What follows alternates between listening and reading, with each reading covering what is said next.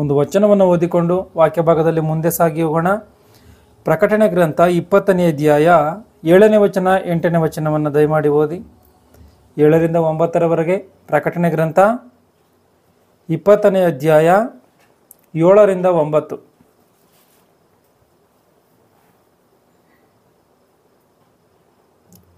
ಓದ್ತೀರಾ?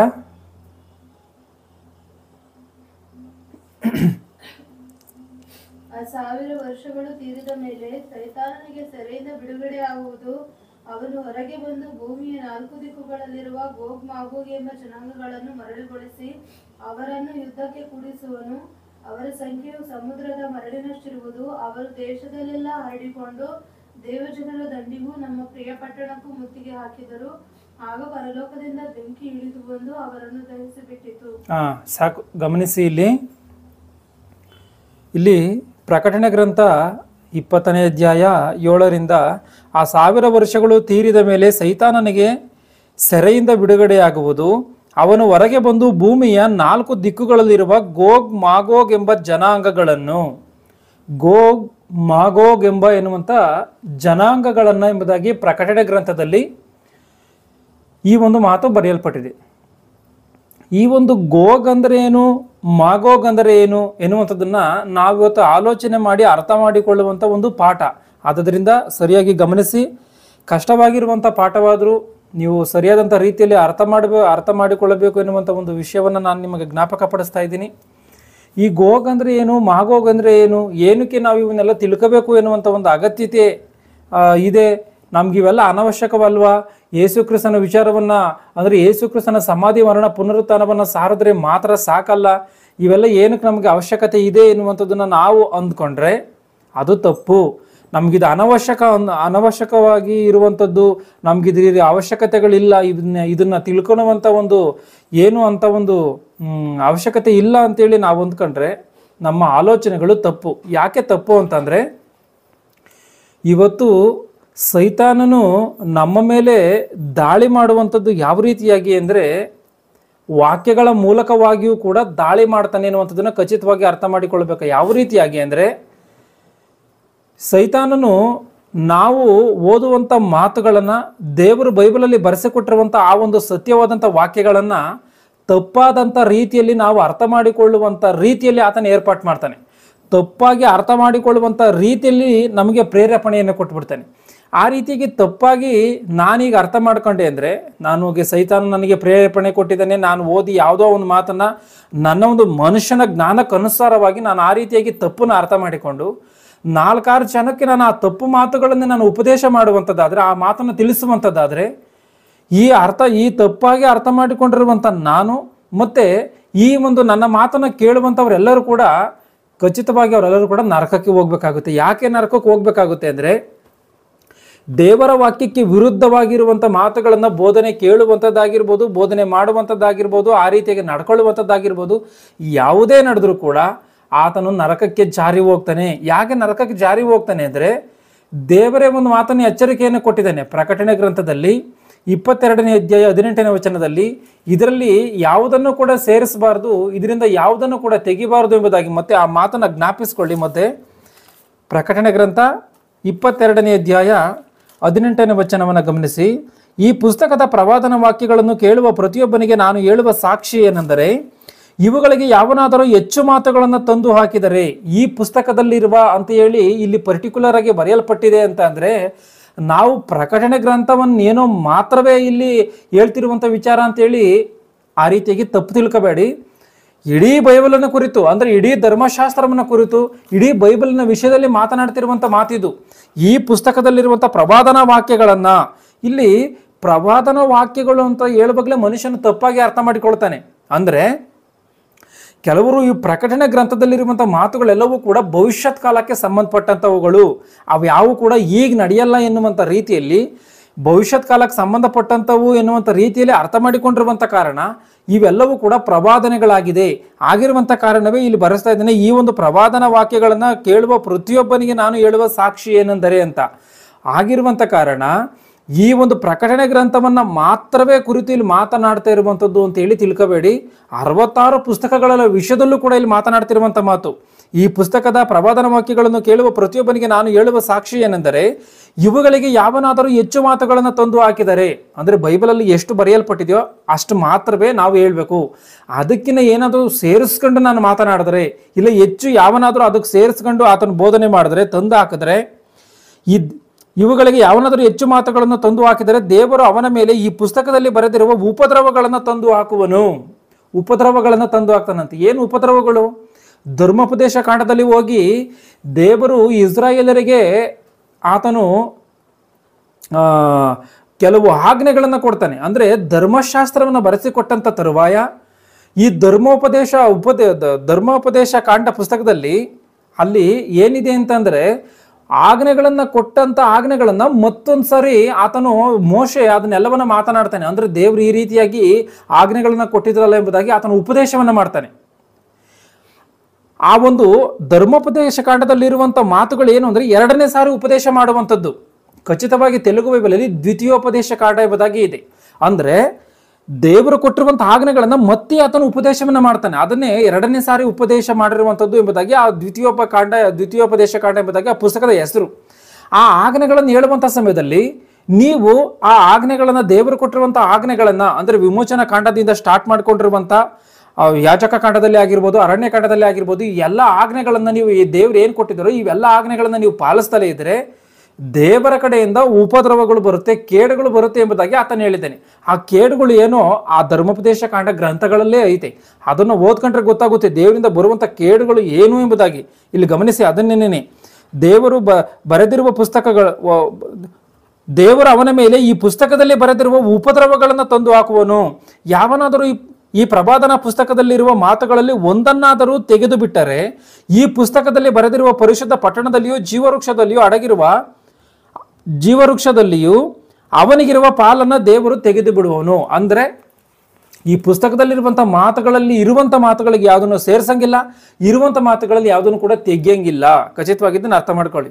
ಆ ರೀತಿಯಾಗಿ ತೆಗೆದು ಇಲ್ಲ ಸೇರಿಸಿ ಏನೋ ಒಂದು ಕಲಬೆರಕೆ ಮಾಡಿ ನಾನು ಉಪದೇಶವನ್ನು ಮಾಡುವಂಥದ್ದಾದರೆ ಅಷ್ಟು ಮಾತುಗಳನ್ನು ಕೇಳಿದಂಥವರೆಲ್ಲರೂ ಕೂಡ ನರಕಕ್ಕೆ ಜಾರಿ ಹೋಗಬೇಕಾಗುತ್ತೆ. ಆಗಿರುವಂಥ ಕಾರಣವೇ ಬೈಬಲಲ್ಲಿರುವಂಥ ಯಾವುದೇ ಮಾತುಗಳನ್ನಾದರೂ ಸರಿಯಾದಂಥ ರೀತಿಯಲ್ಲಿ ನಾವು ಅರ್ಥ ಮಾಡಿಕೊಂಡಿದ್ದರೆ ಯಾರೂ ಕೂಡ ನಮ್ಮನ್ನು ಮೋಸಪಡಿಸೋದಕ್ಕೆ ಸಾಧ್ಯ ಇಲ್ಲ.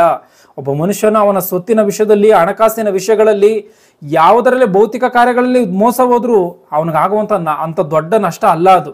ಆದರೆ ದೇವರ ವಾಕ್ಯಗಳ ವಿಷಯದಲ್ಲಿ ಆತನ ನಷ್ಟ ಹೋದರೆ ಅವನ ಆತ್ಮಕ್ಕೆ ನಷ್ಟ. ಆಗಿರುವಂಥ ಕಾರಣವೇ ಬೈಬಲಲ್ಲಿರುವಂಥ ಒಂದೊಂದು ಮಾತುಗಳನ್ನು ಕೂಡ ಸರಿಯಾದಂಥ ರೀತಿಯಲ್ಲಿ ಅರ್ಥ ಮಾಡಿಕೊಳ್ಳಬೇಕು ಎನ್ನುವಂಥ ಉದ್ದೇಶದಿಂದಲೇ ಈ ಒಂದು ವಿಚಾರವನ್ನು ನಾನು ಇವತ್ತು ಹೇಳ್ತಾ ಇದ್ದೀನಿ. ಗೋಗ್ ಮತ್ತು ಮಾಗೋಗ್ ಎಂದರೆ ಇವರು ಯಾರು ಎಂಬುದಾಗಿ. ಯಾಕೆ ಈ ಒಂದು ವಿಚಾರವನ್ನು ನಾವು ಆಲೋಚನೆ ಮಾಡಬೇಕಾಗಿರುವಂಥ ಒಂದು ಸಂಭವ ಬಂದಿದೆ ಅಂದರೆ, ಕೆಲವರು ಈ ಒಂದು ವಿಚಾರದಲ್ಲಿ ತಪ್ಪಾದಂಥ ಬೋಧನೆಗಳನ್ನು ಮಾಡಿ ಒಂದು ಕ್ರೈಸ್ತವ್ಯವನ್ನು ಅಸ್ತವ್ಯಸ್ತವಾಗಿ ಎಲ್ಲರನ್ನು ಕೆಡಿಸಿರುವಂಥ ಕಾರಣ ವಾಕ್ಯಕ್ಕನುಸಾರವಾಗಿ ಇದರ ಅರ್ಥ ಏನು ಎನ್ನುವಂಥ ರೀತಿಯಲ್ಲಿ ನಾವು ಅರ್ಥ ಮಾಡಿ ನೋಡಿಕೊಳ್ಳುವಂಥ ಒಂದು ಪಾಠ ಇವತ್ತು. ಸರಿಯಾಗಿ ಇದನ್ನು ಗಮನಿಸಬೇಕು.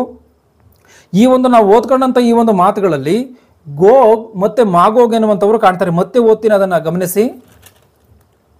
ಆ 1000 ವರ್ಷಗಳು ತೀರಿದ ಮೇಲೆ, ಅಂದರೆ ಸೈತಾನನು ಆತನ ಸೆರೆಗೆ ಬಂಧಿಸಲ್ಪಡ್ತಾನೆ. ಆ ಸೆರೆಗೆ ಬಂಧಿಸಲ್ಪಟ್ಟಂಥ ತರುವಾಯ ಆತನು ಸೆರೆಯಿಂದ ಬಿಡುಗಡೆ ಆಗ್ತಾನೆ. ಅಂದರೆ 1000 ವರ್ಷಗಳ ದೀರ್ಘಕಾಲ ಆತನು ಬಂದಿಯಾಗ್ತಾನೆ. ಆ ದೀರ್ಘಕಾಲ ಬಂದಿಯಾದಂಥ ನಂತರ ಆತನು ಬಿಡುಗಡೆ ಆಗ್ತಾನೆ. ಆ ಬಿಡುಗಡೆ ಆದ ಮೇಲೆ ಆತನು ಏನು ಮಾಡ್ತಾನಂತೆ ಬಂದು ಅಂದರೆ, ಆ 1000 ವರ್ಷಗಳು ತೀರಿದ ಮೇಲೆ ಸೈತಾನನಿಗೆ ಸೆರೆಯಿಂದ ಬಿಡುಗಡೆಯಾಗುವುದು. ಅವನು ಹೊರಗೆ ಬಂದು ಭೂಮಿಯ 4 ದಿಕ್ಕುಗಳಲ್ಲಿರುವ ಗೋಗ್ ಮಾಗೋಗ್ ಎಂಬ ಜನಾಂಗಗಳನ್ನು, ಭೂಮಿಯ 4 ದಿಕ್ಕುಗಳಲ್ಲಿರುವ ಗೋಗ್ ಮಾಗೋಗ್ ಎನ್ನುವಂಥ ಜನಾಂಗಗಳನ್ನು ಆತನು ಮರುಳುಗೊಳಿಸಿ ಅವರನ್ನು ಯುದ್ಧಕ್ಕೆ ಕೂಡಿಸ್ತಾನಂತೆ. ಗಮನಿಸಿ, ಈ ಗೋಗ್ ಮಾಗೋಗ್ ಅಂದರೆ ಯಾರು? ಇವರು ಪ್ರಪಂಚದ 4 ದಿಕ್ಕುಗಳಲ್ಲಿ ಇದರ ವಿಚಾರದಲ್ಲಿ ಎಷ್ಟೋ ಒಂದು ಬೈಬಲ್ ವ್ಯಾಖ್ಯಾನಕಾರರು ಇದನ್ನು ಪರಿಶೀಲನೆ ಮಾಡಿ ಬೈಬಲಲ್ಲಿರುವಂಥ ಕೆಲವೊಂದು ಮಾತುಗಳನ್ನು ಅವರಿಗೆ ತೋಚಿದಂಥ ಕೋನದಲ್ಲಿ, ಅಂದರೆ ಅವರ ಮೆದುಳು ಯಾವ ರೀತಿಯಾಗಿ ಯಾವ ಕೋನದಲ್ಲಿ ಆಲೋಚನೆ ಮಾಡುತ್ತೋ ಆ ಕೋನದಲ್ಲಿ ಅವರು ಆಲೋಚನೆಯನ್ನು ಮಾಡಿ ಸರಿಯಾದಂಥ ರೀತಿಯಲ್ಲಿ ಅರ್ಥ ಮಾಡಿಕೊಳ್ಳದೆ ಅವರಿಗೆ ಏನು ತೋಚುತ್ತೋ ಅದನ್ನು ಅವರು ತಿಳಿಸಿದ್ದಾರೆ. ಅಂದರೆ ಯಾವುದೇ ಒಬ್ಬ ಮನುಷ್ಯನು ಅವನು ದೇವರ ವಾಕ್ಯವನ್ನು ಯಾವ ರೀತಿಯಾಗಿ ಓದಬೇಕು ಎನ್ನುವಂಥದ್ದನ್ನು ನಾವು ಒಂದು ಸಾರಿ ಆಲೋಚನೆ ಮಾಡಿ ನೋಡುವಂಥದ್ದಾದರೆ ದೇವರು ಕೆಲವು ಆಜ್ಞೆಗಳನ್ನು ಕೊಟ್ಟಿದ್ದಾನೆ. ಅಂದರೆ ಯಾವುದೇ ಒಂದು ವಾಕ್ಯವನ್ನು ಯಾವ ರೀತಿಯಾಗಿ ನಾವು ಆಲೋಚನೆ ಮಾಡಬೇಕು, ಯಾವುದೇ ಒಂದು ದೇವರು ಬರೆಸಿರುವಂಥ ಒಂದು ಸಂದರ್ಭಗಳನ್ನು ಯಾವ ರೀತಿಯಾಗಿ ಆಲೋಚನೆ ಮಾಡಬೇಕು ಎನ್ನುವಂಥ ವಿಷಯದಲ್ಲಿ ದೇವರು ಆತನು ಆಜ್ಞೆಗಳನ್ನೇ ಕೊಟ್ಟಿದ್ದಾನೆ. ಆ ಆಜ್ಞೆ ಏನು ಎನ್ನುವಂಥದ್ದನ್ನು ನೋಡುವಂಥದ್ದಾದರೆ ಯೆಶಾಯನ ಗ್ರಂಥದಲ್ಲಿ 34ನೇ ಅಧ್ಯಾಯ 16ನೇ ವಚನವನ್ನು ಗಮನಿಸಿ. ಯೆಶಾಯನ ಗ್ರಂಥ 34ನೇ ಅಧ್ಯಾಯ 16ನೇ ವಚನವನ್ನು.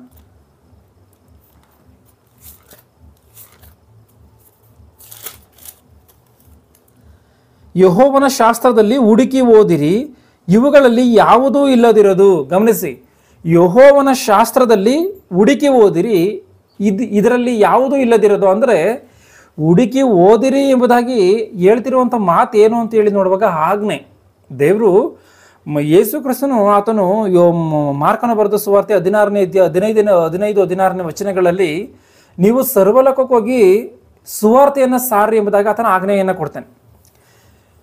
ಅದೇನು ಅಂತೇಳಿ ನೋಡುವಾಗ ಆಜ್ಞೆ, ನೀವು ಈ ರೀತಿಯಾಗಿ ಈ ಒಂದು ಕೆಲಸವನ್ನು ಮಾಡಬೇಕೆಂಬುದಾಗಿ ಯೇಸು ಕ್ರಿಸ್ತನು ಕೊಟ್ಟಿರುವಂಥ ಆಜ್ಞೆ ಅದು. ಆ ರೀತಿಯಾಗಿ ಈ ಮಾತು ಏನು ಅಂತೇಳಿ ನೋಡುವಾಗ ಇದು ಕೂಡ ಆಜ್ಞೆ. ನೀವು ಹೋಗಿ ಸಾರುವಂಥದ್ದು ಮಾತ್ರವೇ ಅಲ್ಲ, ದೇವರು ಎಷ್ಟೋ ಆಜ್ಞೆಗಳನ್ನು ಕೊಟ್ಟಿರುವಂಥದ್ದು ಮಾತ್ರವೇ ಅಲ್ಲ, ಇಲ್ಲೂ ಕೂಡ ಏನು ಆಜ್ಞೆಯನ್ನು ಕೊಡ್ತಾ ಇದ್ದಾರೆ ಅಂದರೆ ಯೆಹೋವನ ಶಾಸ್ತ್ರದಲ್ಲಿ ಹುಡುಕಿ ಓದಿರಿ. ಯೆಹೋವನ ಶಾಸ್ತ್ರ ಅಂದರೆ ಯಾವುದು? ಇಡೀ ಬೈಬಲನ್ನೇ. ಈ ಬೈಬಲನ್ನ ಏನು ಮಾಡ್ಬೇಕಂತೆ? ಹುಡುಕಿ ಓದಬೇಕಂತೆ. ಇದರಲ್ಲಿ ಯಾವುದೂ ಇಲ್ಲದಿರೋದು ಎಂಬುದಾಗಿ ಇದೆ. ಅಂದರೆ ಯಾವ ರೀತಿಯಾಗಿ ಇರ್ತದೆ ಇದು? ಯಾವ ರೀತಿಯಾಗಿ ಯಾವುದೂ ಇಲ್ಲದಿರೋದು ಅಂದರೆ ಏನರ್ಥ? ಬೈಬಲಲ್ಲಿರುವಂಥ ಯಾವುದೇ ಒಂದು ಪ್ರಶ್ನೆಗೆ ಬೈಬಲಲ್ಲಿ ಉತ್ತರ ಇದೆ ಎನ್ನುವಂಥದ್ದು ಈ ಮಾತಿನ ಅರ್ಥ. ಬೈಬಲ್ಗೆ ಉತ್ತರವನ್ನು ಕೊಡಬೇಕೇ ಹೊರತು ಮನುಷ್ಯನ ಜ್ಞಾನವನ್ನು ಸೇರಿಸುವುದಕ್ಕೆ ಸಾಧ್ಯವಿಲ್ಲ. ಇದು ನಾನು ಹೇಳಿರುವಂಥ ಮಾತಲ್ಲ. 2 ಪೇತ್ರ 1:20 ಗಮನಿಸಿ. 2 ಪೇತ್ರ 1ನೇ ಅಧ್ಯಾಯ 20ನೇ ವಚನವನ್ನು. ಶಾಸ್ತ್ರದಲ್ಲಿರುವ ಯಾವ ಪ್ರವಾದನಾ ವಾಕ್ಯವು, ಶಾಸ್ತ್ರದಲ್ಲಿರುವಂಥ ಯಾವ ಪ್ರವಾದನಾ ವಾಕ್ಯವು, ಈ ಪ್ರವಾದನಾ ವಾಕ್ಯ ಅಂತೇಳಿ ನಾವು ಕೇಳ್ತಿದ್ದಂಗೆ ಮನುಷ್ಯನ ಏನು ಅರ್ಥ ಮಾಡ್ಕೊಳ್ತಾನೆ ಅಂದರೆ, ಪ್ರವಾದನೆ ಅಂದರೆ ಮುಂದೆ ನಡೆಯುವಂಥದ್ದನ್ನು ಹೇಳುವಂಥದ್ದು ಅಂತೇಳಿ ಈ ರೀತಿಯಾಗಿ ಅರ್ಥ ಮಾಡ್ಕೊಳ್ತಾರೆ. ಪ್ರವಾದನ ವಾಕ್ಯ ಅಂದರೆ ಪ್ರವಾದನ ವಾಕ್ಯ ಅಂತಂದರೆ ಮುಂದೆ ನಡೆಯುವಂಥದ್ದನ್ನು ಹೇಳುವಂಥದ್ದು ಅಂತೇಳಿ ಅರ್ಥ ಮಾಡಿಕೊಂಡು ಪ್ರಕಟಣೆ ಗ್ರಂಥ ಅಂತೇಳಿ ಮಾತ್ರ ಅರ್ಥ ಮಾಡ್ಕೊಂಡ್ರೆ ತಪ್ಪು. ಯಾಕೆಂದರೆ ಮತ್ತಾಯನ ಬರೆದ ಸುವಾರ್ತೆಯಲ್ಲೂ ಕೂಡ ಮುಂದೆ ನಡೆಯುವಂಥ ಸಂಗತಿಗಳ ವಿಷಯದಲ್ಲಿ ಮತ್ತಾಯನ ಬರೆದ ಸುವಾರ್ತೆಯಲ್ಲೂ ಇದೆ, ಮಾರ್ಕನ ಬರೆದ ಸುವಾರ್ತೆಯಲ್ಲೂ ಇದೆ, ಯೋಹಾನ್ ಬರೆದ ಸುವಾರ್ತೆಯಲ್ಲೂ ಇದೆ. ಅದು ಯಾವ ರೀತಿಯಾಗಿ ಅಂದರೆ, ನಾನೇನು ಮಾಡ್ತೀನಿ, ಮುಂದೆ ಒಂದು ದಿನ ಬರ್ತೀನಿ ಎಂಬುದಾಗಿ ಯೇಸು ಕ್ರಿಸ್ತನಲ್ಲೆಲ್ಲ ಹೇಳಿದ್ದೇನೆ. ಮುಂದೆ ಒಂದು ದಿನ ಬರ್ತೀನಿ ಎನ್ನುವಂಥ ವಿಚಾರ ಅದು ಯಾವ ಕಾಲಕ್ಕೆ ಸಂಬಂಧಪಟ್ಟದ್ದು ಅಂದರೆ ಭವಿಷ್ಯತ್ ಕಾಲಕ್ಕೆ ಸಂಬಂಧಪಟ್ಟಂಥ ಕಾರ್ಯ. ಅಂದರೆ ಅವೆಲ್ಲ ಮುಂದೆ ನಡಿಬೇಕಾಗಿರುವಂಥ ಕಾರ್ಯ. ಯೇಸು ಕ್ರಿಸ್ತನ ಈಗ ಬಂದಿಲ್ಲ. ಅಂದರೆ 2ನೇ ಸಾರಿ ಆತನು ಬರುವಂಥ ಕಾರ್ಯವನ್ನು ಆತನ ಎಲ್ಲ ವಾಕ್ಯಗಳಲ್ಲಿ ಬರೆಸಿದ್ದಾನೆ. ಆಗಿರುವಂಥ ಕಾರಣ ಇದೊಂದು ಮಾತ್ರವೇ ಪ್ರವಾದನೆಗೆ ಅಂದರೆ ಭವಿಷ್ಯತ್ ವಿಷಯದಲ್ಲಿ ಬರೆಯಲ್ಪಟ್ಟಿರೋದು ಅಂತೇಳಿ ಅರ್ಥ ಮಾಡ್ಕೊಂಡ್ರೆ ತಪ್ಪು. ಇಲ್ಲೇನಿದೆ ಗಮನಿಸಿ. ಶಾಸ್ತ್ರದಲ್ಲಿರುವ ಯಾವ ಪ್ರವಾದನಾ ವಾಕ್ಯವು ಕೇವಲ ಮಾನುಷ ಬುದ್ಧಿಯಿಂದ ವಿವರಿಸತಕ್ಕಂಥದ್ದಲ್ಲವೆಂಬುದನ್ನು, ಮಾನುಷ ಬುದ್ಧಿಯಿಂದ ವಿವರಿಸತಕ್ಕಂಥದ್ದಲ್ವಂತ ಇದು. ಅಂದರೆ ಮನುಷ್ಯನ ಜ್ಞಾನದಿಂದ ವಿವರಣೆ ಮಾಡೋದಕ್ಕೆ ಸಾಧ್ಯ ಇಲ್ಲ ಇದನ್ನ. ಯಾಕೆ ಅಂತಂದರೆ ಮನುಷ್ಯನ ಜ್ಞಾನವೂ ಬೇರೆ, ದೇವರ ಜ್ಞಾನವೂ ಬೇರೆ. ಯೆಶಾಯ 55:8 ಏನಿದೆ ಗಮನಿಸಿ. ಯೆಶಾಯನ ಗ್ರಂಥ 55ನೇ ಅಧ್ಯಾಯ 8ನೇ ವಚನವನ್ನು. ಯೆಹೋವನು ಹೀಗೆನ್ನುತ್ತಾನೆ, ನಾನೇ ಆಲೋಚನೆಗಳು ನಿಮ್ಮ ಆಲೋಚನೆಗಳಲ್ಲ, ನಿಮ್ಮ ಮಾರ್ಗಗಳು ನನ್ನ ಮಾರ್ಗಗಳಲ್ಲ. ಭೂಮಿಯ ಮೇಲೆ ಆಕಾಶವು ಎಷ್ಟು ಉನ್ನತವೋ ನಿಮ್ಮ ಮಾರ್ಗಗಳಿಗಿಂತ ನನ್ನ ಮಾರ್ಗಗಳು, ನಿಮ್ಮ ಆಲೋಚನೆಗಳಿಗಿಂತ ನನ್ನ ಆಲೋಚನೆಗಳು ಅಷ್ಟು ಉನ್ನತವಾಗಿವೆ. ಸಾಕು ಇಲ್ಲಿ ಗಮನಿಸಿ. ಯೆಶಾಯ 55:8 ನನ್ನ ಆಲೋಚನೆಗಳು ನಿಮ್ಮ ಆಲೋಚನೆಗಳಲ್ಲ. ಅಂದರೆ ಯಾಕೆ ಮಾನುಷ ಬುದ್ಧಿಯಿಂದ ಇಲ್ಲ ಮಾನುಷ ಜ್ಞಾನದಿಂದ ಈ ಬೈಬಲ್ನ ನಾವು ಆಲೋಚನೆ ಮಾಡಿ ಅರ್ಥ ಮಾಡ್ಕೊಳ್ಳೋದಕ್ಕಾಗಲ್ಲ, ಆ ರೀತಿಯಾಗಿ ಅರ್ಥ ಮಾಡಿಕೊಂಡ್ರೆ ತಪ್ಪು ಅಂತೇಳಿ ಅಂದರೆ ಮನುಷ್ಯನ ಆಲೋಚನೆಗಳಿಗೆ ಬೇರೆ, ದೇವರ ಆಲೋಚನೆಗಳೇ ಬೇರೆ. ಇಲ್ಲಿ ಏನಿದೆ ಗಮನಿಸಿ. ನನ್ನ ಆಲೋಚನೆಗಳು ನಿಮ್ಮ ಆಲೋಚನೆಗಳಲ್ಲ, ನಿಮ್ಮ ಮಾರ್ಗಗಳು ನನ್ನ ಮಾರ್ಗಗಳಲ್ಲ. ನಿಮ್ಮ ಆಲೋಚನೆಗಳು ಯಾವತ್ತೂ ನನ್ನ ಆಲೋಚನೆಗಳಾಗೋದಕ್ಕೆ ಸಾಧ್ಯವಿಲ್ಲ. ಯಾಕೆಂದರೆ ಮನುಷ್ಯನ ಆಲೋಚನೆಗಳು ಯಾವತ್ತೂ ಮಣ್ಣಿಗೆ ಸಂಬಂಧಪಟ್ಟಂಥವುಗಳು. ಆದರೆ ದೇವರ ಆಲೋಚನೆಗಳು ಆ ರೀತಿಯಾಗಿ ಇಲ್ಲ. ನಿಮ್ಮ ಮಾರ್ಗಗಳು ನನ್ನ ಮಾರ್ಗಗಳಲ್ಲ, ಭೂಮಿಯ ಮೇಲೆ ಆಕಾಶವು ಎಷ್ಟು ಉನ್ನತವೋ ನಿಮ್ಮ ಮಾರ್ಗಗಳಿಗಿಂತ ನನ್ನ ಮಾರ್ಗಗಳು, ನಿಮ್ಮ ಆಲೋಚನೆಗಳಿಗಿಂತ ನನ್ನ ಆಲೋಚನೆಗಳು ಅಷ್ಟು ಉನ್ನತವಾಗಿವೆ. ಅಂದರೆ ಈ ಭೂಮಿಯಿಂದ ಆಕಾಶಕ್ಕಿರುವಂಥ ಅಂತರ ಬಹಳ ದೊಡ್ಡದದು. ವಿಜ್ಞಾನಿಗಳ ಕೈಯಲ್ಲೂ ಕೂಡ ಇವತ್ತಿಗೂ ಕಂಡುಹಿಡಿಯೋದಕ್ಕೆ ಸಾಧ್ಯವಾಗಿಲ್ಲ. ಅಂಥದ್ದು ಅಂದರೆ ಮನುಷ್ಯನ ಆಲೋಚನೆಗಳಿಗೂ ದೇವರ ಆಲೋಚನೆಗಳಿಗೂ ಇಷ್ಟು ದೊಡ್ಡದಾಗಿರುವಂಥ ಅಂತರವು, ಅಜಗಜಾಂತರವಾದಂಥ ವ್ಯತ್ಯಾಸವಿರುವಂಥ ಕಾರಣ ಯಾವ ಮನುಷ್ಯನು ಕೂಡ ತನ್ನ ಒಂದು ಮನುಷ್ಯನ ಮಾನುಷ ಜ್ಞಾನದಿಂದ ಬೈಬಲಲ್ಲಿರುವಂಥ ಯಾವುದೇ ಮಾತುಗಳನ್ನು ಆಲೋಚನೆ ಮಾಡೋದಕ್ಕೆ ಸಾಧ್ಯವಿಲ್ಲ. ಆ ರೀತಿಯಾಗಿ ಆಲೋಚನೆ ಮಾಡಿದ್ರೆ ತಪ್ಪಾಗಿ ಹೋಗುತ್ತೆ. ಮತ್ತು ದೇವರ ವಾಕ್ಯವನ್ನು ಆಲೋಚನೆ ಮಾಡಬೇಕು, ದೇವರ ವಾಕ್ಯವನ್ನು ಅರ್ಥ ಮಾಡಿಕೊಳ್ಬೇಕು ಅಂತಂದ್ರೆ ಮತ್ತೆ ಯಾವ ರೀತಿಯಾಗಿ ಆಲೋಚನೆ ಮಾಡಬೇಕು ಅಂದರೆ ದೇವರ ಜ್ಞಾನವನ್ನು ತೆಗೆದುಕೊಂಡೇ ಆಲೋಚನೆ ಮಾಡಬೇಕು. ಅಂದರೆ ಆತನ ಮಾತೇ ಸಾಟಿ, ಆತನ ಮಾತಿಗೆ ಮನುಷ್ಯನ ಮಾತುಗಳು ಸಾಟಿ ಅಲ್ಲ. ಮನುಷ್ಯನ ಜ್ಞಾನಕ್ಕೆ ಮನುಷ್ಯನ ಉತ್ತರ ಕೊಡ್ಬೋದು, ಆದರೆ ದೇವರ ಜ್ಞಾನಕ್ಕೆ ಉತ್ತರ ಕೊಡೋದಕ್ಕೆ ಸಾಧ್ಯವಿಲ್ಲ. ದೇವರ ಜ್ಞಾನಕ್ಕೆ ದೇವರ ಜ್ಞಾನವೇ ಉತ್ತರ ಕೊಡಬೇಕು, ದೇವರ ಮಾತುಗಳಿಗೆ ದೇವರ ಮಾತುಗಳೇ ಉತ್ತರ ಕೊಡಬೇಕು. ದೇವರ ಪ್ರಶ್ನೆಯನ್ನು ಹಾಕಿದಾನೆ ಅಂದರೆ ಆ ದೇವರೇ ಉತ್ತರವನ್ನು ಕೊಡಬೇಕೇ ಹೊರತು ಮನುಷ್ಯನ ಉತ್ತರವನ್ನು ಕೊಡೋದಕ್ಕೆ ಸಾಧ್ಯ ಇಲ್ಲ. ಯೋಬನಿಗೆ ಕೆಲವೊಂದು ಮಾತುಗಳನ್ನು ಹೇಳ್ತಾರೆ, ನೀನು ಜ್ಞಾನಿಯಾಗಿದ್ದರೆ ಉತ್ತರವನ್ನು ಕೊಡು ಎಂಬುದಾಗಿ. ಯಾವುದೇ ಕಾರಣಕ್ಕೂ ಕೂಡ ಮನುಷ್ಯನು ದೇವರಿಗೆ ಉತ್ತರವನ್ನು ಕೊಡೋದಕ್ಕೆ ಸಾಧ್ಯವಾಗಲ್ಲ. ಆಗಿರುವಂಥ ಕಾರಣ ಪೇತ್ರನ ಗ್ರಂಥದಲ್ಲಿ ಏನಿದೆ ಗಮನಿಸಿ. 20ನೇ ವಚನದಲ್ಲಿ, ಶಾಸ್ತ್ರದಲ್ಲಿರುವ ಯಾವ ಪ್ರವಾದನ ವಾಕ್ಯವು ಕೇವಲ ಮಾನುಷ ಬುದ್ಧಿಯಿಂದ ವಿವರಿಸತಕ್ಕಂಥದ್ದಲ್ಲವೆಂಬುದನ್ನು, ಅಂದರೆ ಮಾನುಷ ಬುದ್ಧಿಯಿಂದ ವಿವರಿಸಕ್ಕೆ ಹೋದರೆ, ಇಲ್ಲ ಮಾನುಷ ಜ್ಞಾನದಿಂದ ಆಲೋಚನೆ ಮಾಡಿ ಅರ್ಥ ಮಾಡಿಕೊಳ್ಳುವುದಕ್ಕೆ ಹೋದರೆ ಅವನಿಗೆ ತಪ್ಪು ವಿಚಾರ ಅರ್ಥವಾಗುತ್ತೆ ಹೊರತು ಸರಿಯಾದಂಥ ವಿಚಾರ ಅರ್ಥವಾಗಲ್ಲ. ದೇವರು ಅದಕ್ಕೋಸ್ಕರವೇ ಏನು ಮಾಡಿದ್ದಾನೆ, ಯೆಶಾಯ 34:16ರಲ್ಲಿ ಯೆಹೋವನ ಶಾಸ್ತ್ರದಲ್ಲಿ ಹುಡುಕಿ ಓದಿರಿ ಎಂಬುದಾಗಿ ಆತನ ಆಜ್ಞೆಗಳನ್ನು ಕೊಟ್ಟಿದ್ದಾನೆ. ಯೆಹೋವನ ಶಾಸ್ತ್ರದಲ್ಲಿ ಹುಡುಕಿ ಓದಿರಿ ಅಂದರೆ ಹುಡುಕಿ ಓದಿದಾಗಲೇ ಯಾವುದೇ ಒಂದು ಸತ್ಯಗಳು ಅರ್ಥವಾಗುತ್ತೆ. ಮತ್ತು ಕೀರ್ತನೆ 1:2 ಗಮನಿಸಿ. ಕೀರ್ತನೆಗಳು 1ನೇ ಕೀರ್ತನೆ 1ನೇ ವಚನ 2ನೇ ವಚನವನ್ನು, ಯಾವನ ದುಷ್ಟರ ಆಲೋಚನೆಯಂತೆ ನಡೆಯದೆ, ಪಾಪಾತ್ಮರ ಮಾರ್ಗದಲ್ಲಿ ನಿಂತುಕೊಳ್ಳದೆ, ಧರ್ಮನಿಂದಕರೊಡನೆ ಕೂತುಕೊಳ್ಳದೆ, 2ನೇ ವಚನ ಯೆಹೋವನ ಧರ್ಮಶಾಸ್ತ್ರದಲ್ಲಿ ಆನಂದ ಪಡುವವನಾಗಿ. ಯೆಹೋವನ ಧರ್ಮಶಾಸ್ತ್ರದಲ್ಲಿ ಗಮನಿಸಿ, ಯೆಹೋವನ ಧರ್ಮಶಾಸ್ತ್ರದಲ್ಲಿ ಆನಂದ ಪಡುವವನಾಗಿ ಅದನ್ನೇ ಹಗಲಿರುಳು ಧ್ಯಾನಿಸುತ್ತಿರುವನು. ಧರ್ಮಶಾಸ್ತ್ರವನ್ನೇ ಹಗಲು ರಾತ್ರಿ ಧ್ಯಾನಿಸ್ಬೇಕಂತ ಯಾವಾಗಲೇ ಅರ್ಥವಾಗೋದು, ಇಲ್ಲಾಂದರೆ ಬೈಬಲ್ ಸಾಮಾನ್ಯವಾಗಿ ಅರ್ಥವಾಗಲ್ಲ. ನಾವು ಅಂದ್ಕೊಂಡಂಥ ರೀತಿಯಲ್ಲಿ ಯಾವುದೋ ಕತೆ ಪುಸ್ತಕಗಳೆಲ್ಲ ಬೈಬಲ್ ಅಂದರೆ. ಬೈಬಲಲ್ಲಿ ಮಹಾಜ್ಞಾನ ಗ್ರಂಥ ಇದು. ಬೈಬಲಲ್ಲಿ ಮಹಾಜ್ಞಾನ ಇದೆ, ಮಹಾಜ್ಞಾನದ ಗಣಿ ಇದು. ಈ ಒಂದು ಗಣಿಯಲ್ಲಿರುವಂಥ ಈ ಒಂದು ಜ್ಞಾನವನ್ನು ಅರ್ಥ ಮಾಡಿಕೊಳ್ಳಬೇಕೆಂದ್ರೆ ನಾವೇನು ಮೇಲೆ ಓದ್ಕೊಂಡು ಹೋದರೆ ಅರ್ಥವಾಗಲ್ಲ. ಸರಿಯಾದಂಥ ರೀತಿಯಲ್ಲಿ ವಾಕ್ಯಗಳ ಭಾವವನ್ನು ಅರ್ಥ ಮಾಡಿಕೊಂಡು ಪ್ರತಿಯೊಂದು ವಚನಗಳನ್ನು ಸರಿಯಾದಂಥ ರೀತಿಯಲ್ಲಿ ಪರಿಶೀಲನೆ ಮಾಡಿದ್ರೆ ಖಚಿತವಾಗಿ ಅರ್ಥವಾಗುತ್ತೆ. ಇಲ್ಲಾಂದರೆ ನಾವು ಮೇಲೆ ಓದ್ಕೊಡೋದ್ರೆ ಯಾವ ಸಂಗತಿಗಳು ಕೂಡ ತಿಳಿಯಲ್ಲ. ಆ ರೀತಿಯಾಗಿ ಪರಿಶೀಲನೆ ಮಾಡಬೇಕು ಅಂದರೆ ಯಾವ ರೀತಿಯಾಗಿ ಮಾಡಬೇಕು ಗೊತ್ತಾ? ಗಮನಿಸಿ, ಇಲ್ಲಿ ಏನಿದೆಯೋ, ಯೆಹೋವನ ಧರ್ಮಶಾಸ್ತ್ರದಲ್ಲಿ ಆನಂದ ಪಡುವವನಾಗಿ ಅಂದರೆ ದೇವರ ವಾಕ್ಯಗಳನ್ನು ಇಷ್ಟಪಟ್ಟು ಓದಬೇಕು, ಆನಂದ ಪಡುವವನಾಗಿ ಅದನ್ನೇ ಹಗಲಿರುಳು ಧ್ಯಾನಿಸುತ್ತಿರುವನು. ದೇವರ ಮೇಲೆ ಭಯಭಕ್ತಿಯಿಂದ ಪ್ರೀತಿಯಿಂದ ಹಗಲು ರಾತ್ರಿ ಧ್ಯಾನಿಸಿದ್ರೆ ಹೊರತು ದೇವರ ವಾಕ್ಯಗಳ ಅರ್ಥವಾಗಲ್ಲ. ಹಗಲು ರಾತ್ರಿ ಧ್ಯಾನಿಸಬೇಕು, ಹಗಲು ರಾತ್ರಿ ದೇವರ ವಾಕ್ಯಗಳು ಏನು ಎನ್ನುವಂಥ ರೀತಿಯಲ್ಲಿ ಪರಿಶೀಲನೆ ಮಾಡಬೇಕು. ಹಗಲು ರಾತ್ರಿ ಆ ರೀತಿಯಾಗಿ ಪರಿಶೀಲನೆ ಮಾಡಿ ಅರ್ಥ ಮಾಡಿಕೊಂಡಾಗ ಮಾತ್ರವೇ ಅರ್ಥವಾಗುತ್ತೆ ಹೊರತು ನಾವು ಕಾಟಾಚಾರಕ್ಕೆ ಓದ್ಕೊಂಡು ಒಂದು ದಿನಕ್ಕೆ ಒಂದು ಪೇಜೋ ದಿನಕ್ಕೆ ಒಂದು ಅಧ್ಯಾಯವೋ ಓದ್ಕೊಂಡು ಇಲ್ಲ ಒಂದು ವಾರಕ್ಕೊಂದು ಅಧ್ಯಾಯವೋ ಓದ್ತಾ ಇದ್ದರೆ ಅವನು ಸಾಯುವಂಥ ಸಮಯದವರೆಗೂ ಕೂಡ ಯಾವುದು ತಿಳಿಯಲ್ಲ. ಸತ್ತಾದ್ಮೇಲೆ ಖಚಿತವಾಗಿ ಅರ್ಥವಾಗುತ್ತೆ ಅವನಿಗೆ ಸತ್ಯ ಏನು ಅಂತಾನೆ. ಗಮನಿಸಿ, ದೇವರ ವಾಕ್ಯಗಳನ್ನು ಯಾವ ರೀತಿಯಾಗಿ ಓದಬೇಕು ಅಂತ ಅಂದರೆ ನಾವು ಪರಿಶೀಲನಾತ್ಮಕವಾಗಿ ಓದಬೇಕು. ಇವತ್ತು ನಾವು ಭೌತಿಕವಾಗಿ ನೋಡುವಂಥದ್ದಾದರೆ ನಾವು ತಿನ್ನುವಂಥ ತರಕಾರಿಗಳನ್ನಾಗಿರ್ಬೋದು, ಉಡುವಂಥ ಬಟ್ಟೆಗಳನ್ನಾಗಿರ್ಬೋದು, ಇಲ್ಲ ನಾವು ಕೊಂಡುಕೊಳ್ಳುವಂಥ ವಸ್ತುಗಳನ್ನಾಗಿರ್ಬೋದು, ಯಾವುದನ್ನೇ ಆಗಿರ್ಬೋದು, ಬಹಳ ಮಟ್ಟಿಗೆ ನಾವು ಪರಿಶೀಲನೆ ಮಾಡಿ ನೋಡ್ತೀವಿ.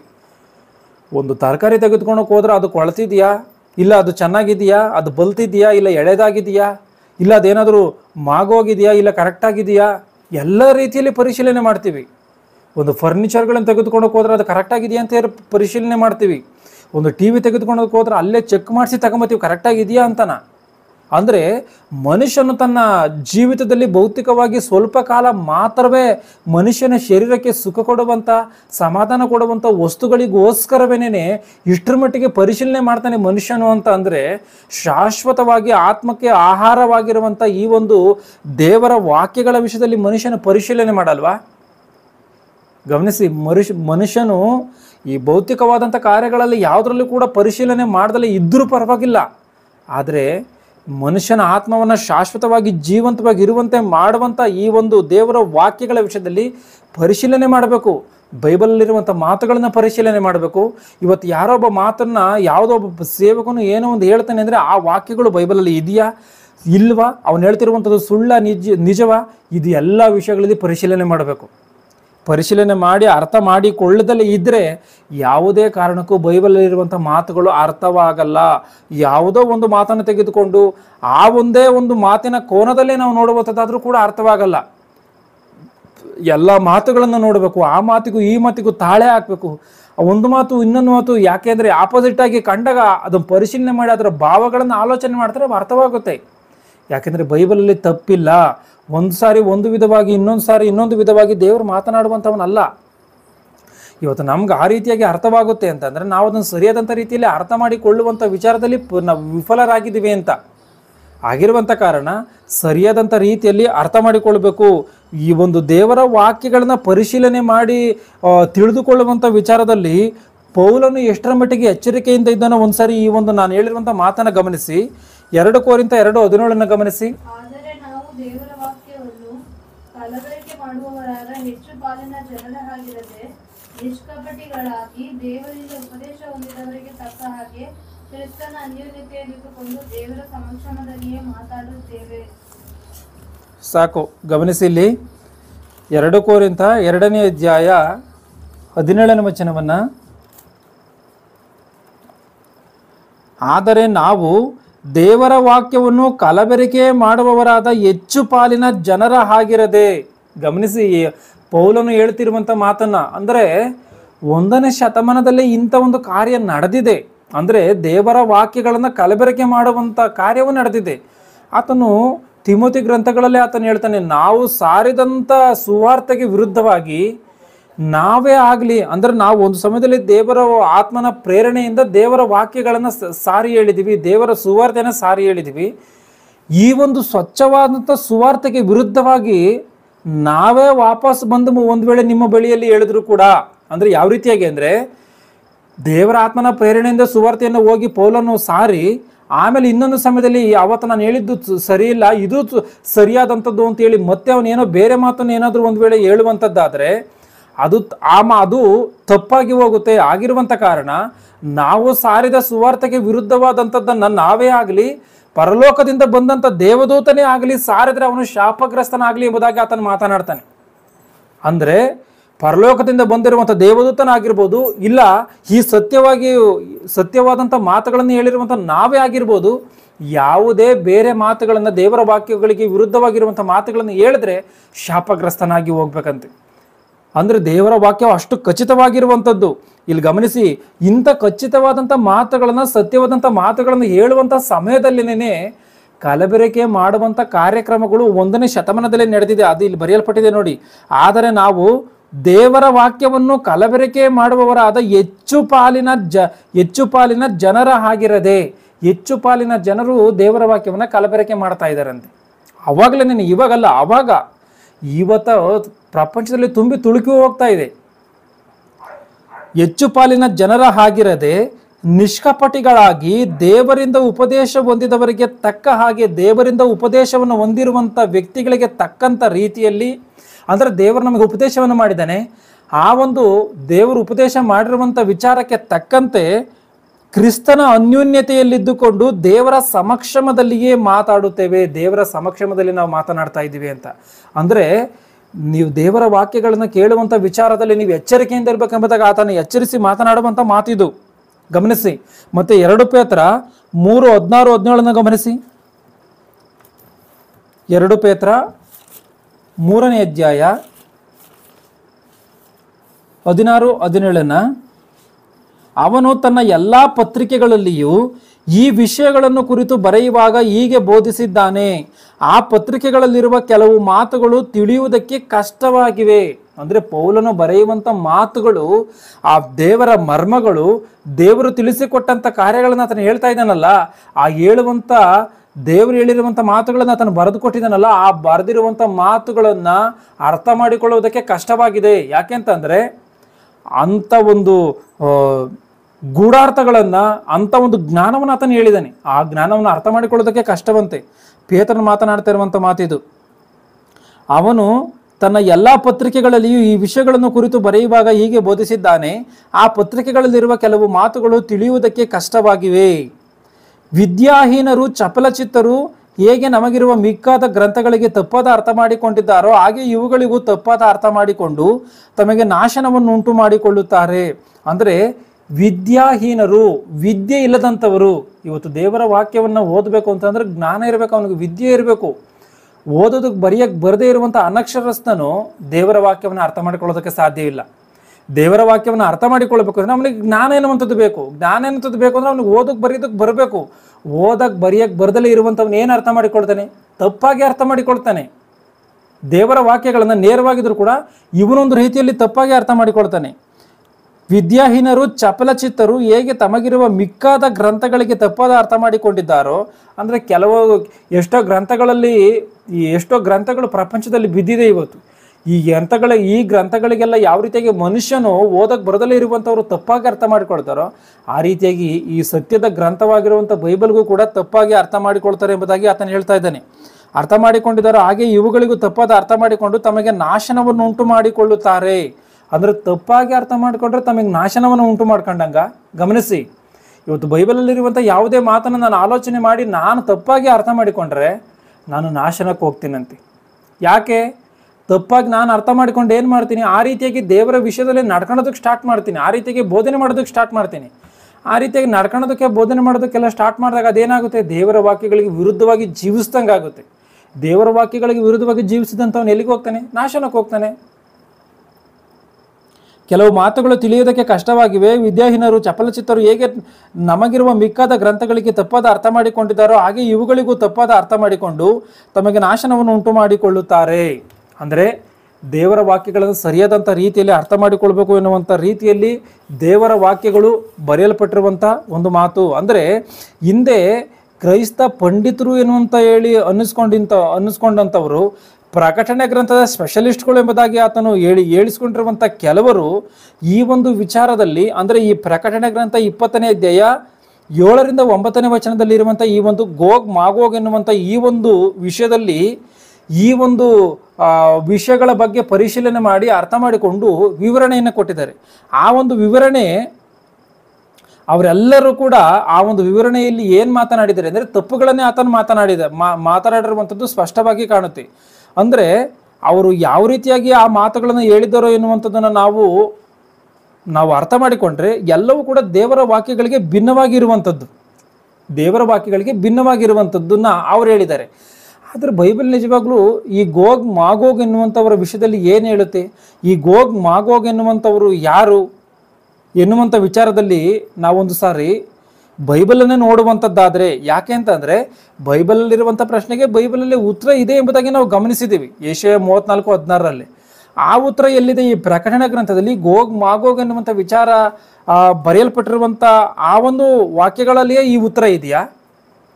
ಒಂದು ಸಾರಿ ಯೆಶಾಯನ ಗ್ರಂಥ 28:13 ಓದಿ. ಯೆಶಾಯನ ಗ್ರಂಥ 28ನೇ ಅಧ್ಯಾಯ 13ನೇ ವಚನವನ್ನು.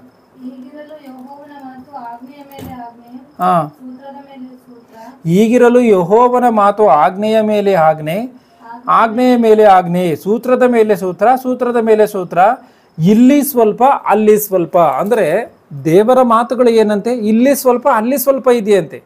ಇಲ್ಲಿ ಸ್ವಲ್ಪ ಅಲ್ಲಿ ಸ್ವಲ್ಪ ಬರೆಸಿರುವಂಥ ಕಾರಣವೇ ದೇವ್ರೇನು ಮಾಡಿದ್ದಾನೆ, ಆಜ್ಞೆ ಕೊಟ್ಟಿದ್ದಾನೆ, ಹುಡುಕಿ ಓದಿರಿ ಎಂಬುದಾಗಿ. ಇವತ್ತು ನಾವು ಯಾವುದೋ ಒಂದು ಮನೆಯಲ್ಲಿರುವಂಥ ಒಂದು ವಸ್ತುವನ್ನು ನಾವು ಕರೆಕ್ಟಾಗಿ ಇಲ್ಲೇ ಇಟ್ಟಿದ್ದೀವಿ ಎನ್ನುವಂಥ ಒಂದು ಜ್ಞಾಪಕ ನಮಗಿದ್ದರೆ ಏನು ಮಾಡ್ತೀವಿ, ಅದು ಅಲ್ಲಿಟ್ಟಿದ್ದೀವಿ ತೆಗೆದುಕೋ ಎಂಬುದಾಗಿ ಹೇಳ್ತೀವಿ.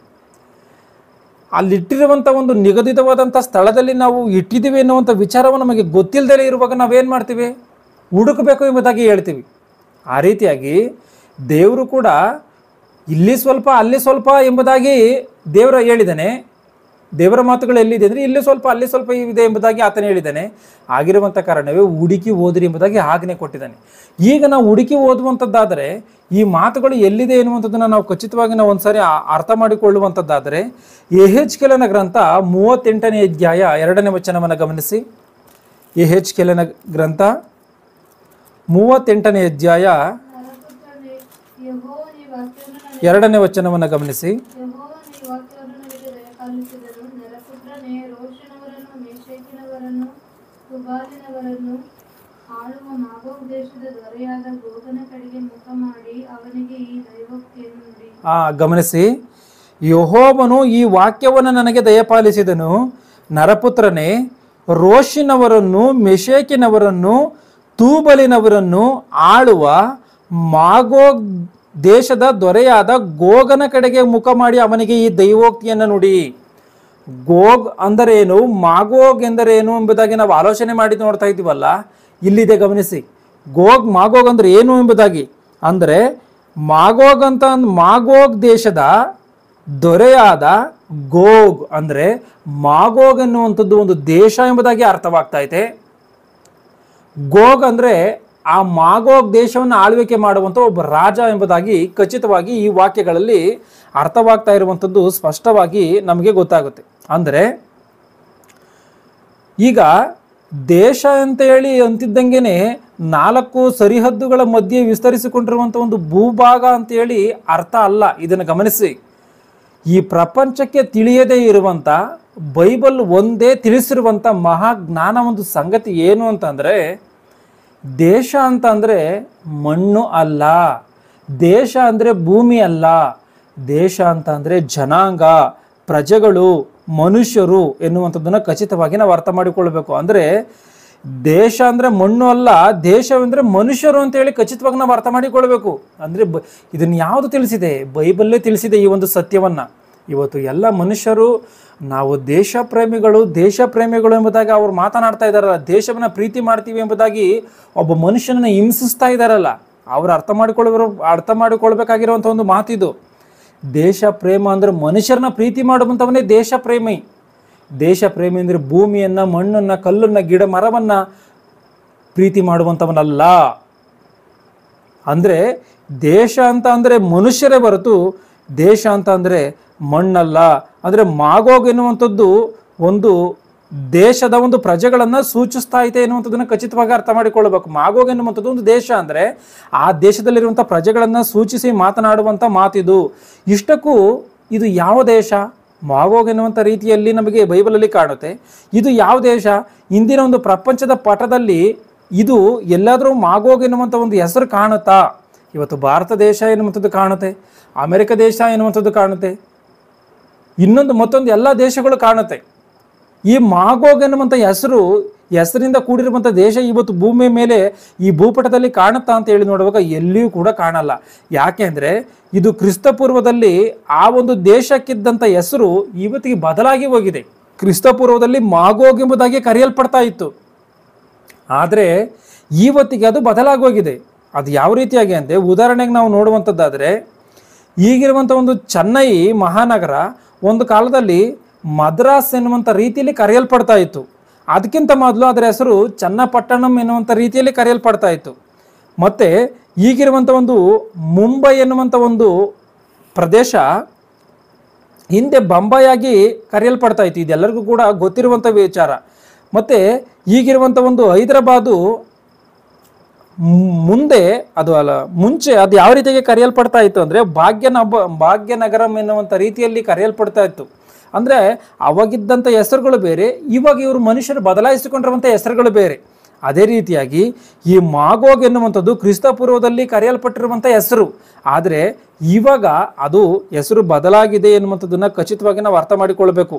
ಅಂದರೆ ಅದು ಇವತ್ತು ಯಾವ ರೀತಿಯಾಗಿ ಕರೆಯಲ್ಪಡ್ತಾ ಇದೆಯೋ ಎನ್ನುವಂಥದ್ದನ್ನು ನಾವು ಅರ್ಥ ಮಾಡಿಕೊಳ್ಳುವಂಥದ್ದಾದರೆ ಈ ಒಂದು ವಚನವನ್ನು ಜಾಗ್ರತೆಯಿಂದ ಮತ್ತೆ ನೀವು ಗಮನಿಸಬೇಕು. ಯಾವುದನ್ನು ಅಂತಂದರೆ, ಮತ್ತೆ ಯೆಹೆಜ್ಕೇಲ 38:2 ಗಮನಿಸಿ. ನರಪುತ್ರನೇ, ರೋಷಿನವರನ್ನ, ಮೆಷೇಕಿನವರನ್ನ, ತೂಬಲಿನವರನ್ನು ಆಳುವ ಮಾಗೋಗ್ ದೇಶದ ದೊರೆಯಾದ ಗೋಗನ ಕಡೆಗೆ. ಮಾಗೋಗ್ ದೇಶದ ದೊರೆಯಾದ ಅಂದರೆ ಈ ಮಾಗೋಗ್ ದೇಶದ ದೊರೆಯಾಗಿರುವಂಥ ಗೋಗನು ಯಾವ್ದ್ಯಾವ್ದನ್ನು ಆಳ್ವಿಕೆ ಮಾಡ್ತಾ ಇದ್ದಾನೆ ಅಂತ ಅಂದರೆ, ರೋಷಿನವರನ್ನ ಆಳ್ವಿಕೆ ಮಾಡ್ತಾ ಇದ್ದಾನೆ, ಮೆಷೇಕಿನವರನ್ನ ಆಳ್ವಿಕೆ ಮಾಡ್ತಾ ಇದ್ದಾನೆ, ತೂಬಲಿನವರನ್ನ ಆಳ್ವಿಕೆ ಮಾಡ್ತಾ ಇದ್ದಾನೆ. ಅಂದರೆ ಈ ಜನಾಂಗಗಳನ್ನು ಆಳ್ವಿಕೆ ಮಾಡುವಂಥವನೇ ಈ ಗೋಗನು.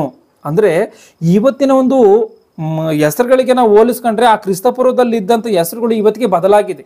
ಯಾವ ರೀತಿಯಾಗಿ ಬದಲಾಗಿದೆ ಅಂದರೆ, ಇಲ್ಲಿ ರೋಷ್ ಎನ್ನುವಂಥ ರೀತಿಯಲ್ಲಿ ನಮಗೆ ಕಾಡುವಂಥ ಆ ಒಂದು ಹಿಂದೆ ಇದ್ದಂಥ ಆ ಹೆಸರು ಇವತ್ತು ರಷ್ಯಾ ಎನ್ನುವಂಥ ರೀತಿಯಲ್ಲಿ ಬದಲಾಗಿದೆ. ರೋಷ್ ಎನ್ನುವಂಥ ರೀತಿಯಲ್ಲಿ ಕ್ರಿಸ್ತಪೂರ್ವದಲ್ಲಿ ಆ ಒಂದು ಭೂಭಾಗಗಳಿಗೆ ರೋಷ್ ಅಂತ ಹೇಳಿ ಹೆಸರಿತ್ತು.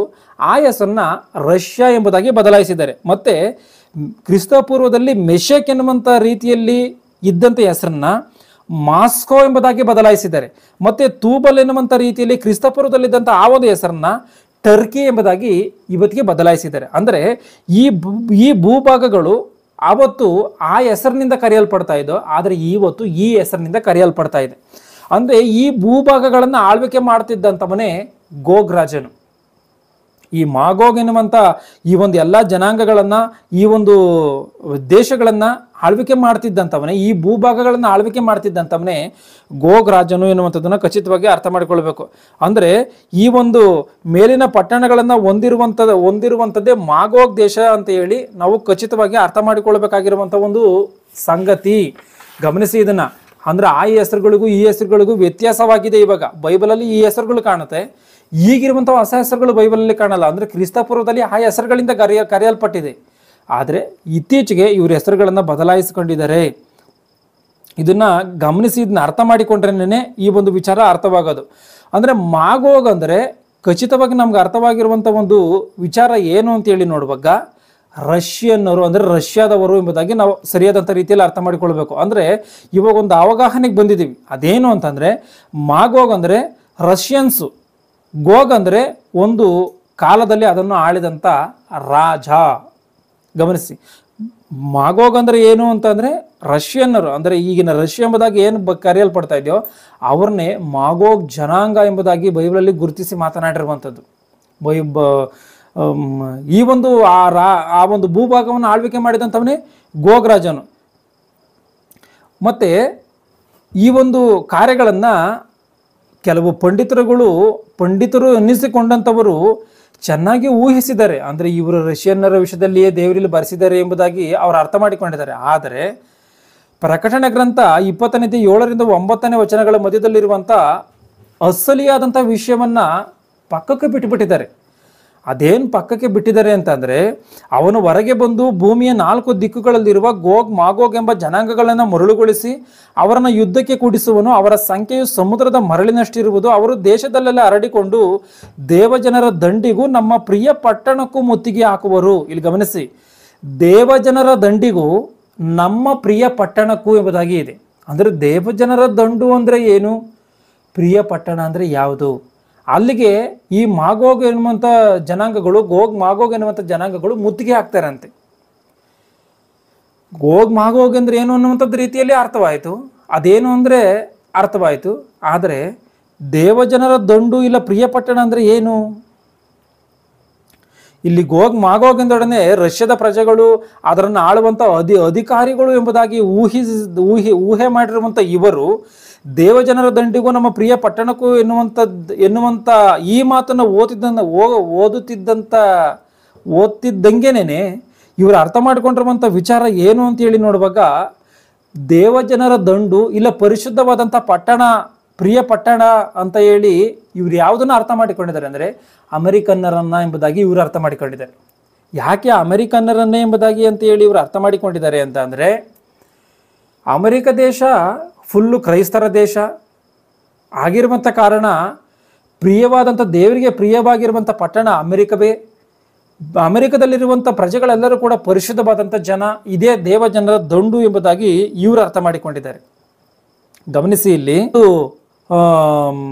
ಸೈತಾನನು ಏನು ಮಾಡ್ತಾನೆ, ಗೋಗ್ ಮಾಗೋಗ್ ಎನ್ನುವಂಥವ್ರನ್ನ ಮೋಸಪಡಿಸಿ ದೇವಜನರ ದಂಡಿನ ಮೇಲೆ ಅಂದರೆ ಈ ಅಮೆರಿಕನ್ನರ ಮೇಲೆ ಯುದ್ಧಕ್ಕೆ ಕೂಡಿಸ್ತಾನೆ ಎಂಬುದಾಗಿ ಇವರೆಲ್ಲರೂ ಕೂಡ ಈ ರೀತಿಯಾಗಿ ಅರ್ಥ ಮಾಡಿಕೊಂಡು, ಆ ಒಂದು ಸಮಯದಲ್ಲಿ ಕೆಲವೊಂದು ಸಮಯಗಳಲ್ಲಿ ರಷ್ಯಾಗೂ ಮತ್ತು ಅಮೆರಿಕಾಗೂ ಯುದ್ಧ ಅಂತ ಹೇಳಿ ಯುದ್ಧದ ಕಲಹಗಳಾಗುವಂಥ ಸಂಭವಗಳು ಕಾಣ್ತಾ ಇತ್ತು. ಈ ಯುದ್ಧದ ಕಲಹಗಳಾಗುವಂಥ ಸಂಭವಗಳನ್ನು ಇವರು ನೋಡಿಕೊಂಡು, ದೇವರು ಪೂರ್ವದಲ್ಲಿ ಈ ಒಂದು ರಷ್ಯಾಕ್ಕೂ ಮತ್ತು ಅಮೆರಿಕಕ್ಕೂ ಆಗುವಂಥ ಯುದ್ಧದ ವಿಷಯದಲ್ಲಿ ಈ ಮಾತುಗಳನ್ನು ಬರೆಸಿದ್ದಾರೆ ಎಂಬುದಾಗಿ ಇವರು ಇನ್ನೂ ಗಟ್ಟಿಯಾಗಿ ಮಾತನಾಡುವುದಕ್ಕೆ ಒಂದು ಅವಕಾಶ ಸಿಕ್ಕಂಥ ರೀತಿಯಲ್ಲಿ ಆಗೋಯಿತು. ಗಮನಿಸಿ ಇದನ್ನು.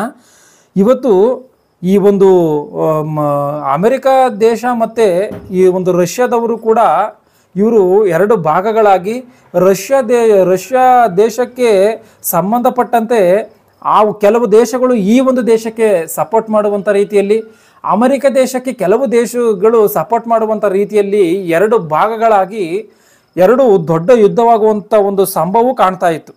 ಅದರಿಂದಲೇ ಇವ್ರು ಏನು ಮಾಡ್ತಾ ಇದ್ರು, ಇದು ಸತ್ಯವೇ, ದೇವರು ಈ ವಿಚಾರದಲ್ಲೇ ಬರೆಸಿದ್ದಾನೆ ಅಂದ್ರೆ ಪರಿಶುದ್ಧರ ಸಭೆ, ಇಲ್ಲ ಪರಿಶುದ್ಧವಾದಂಥ ದಂಡು ಅಂದರೆ, ಇಲ್ಲಿ ಪರಿಶುದ್ಧ ಪಟ್ಟಣ ಅಂತಂದರೆ ದೇವಜನರ ದಂಡು ಅಂದರೆ ಈ ಅಮೆರಿಕವೇ ಎಂಬುದಾಗಿ ಇವರು ಗುರುತಿಸಿ ಮಾತನಾಡುವುದಕ್ಕೆ ಇನ್ನೂ ಹೆಚ್ಚಿನದಾಗಿ ಇವರು ಸ್ಟಾರ್ಟ್ ಮಾಡ್ಕೊಂಡ್ರು.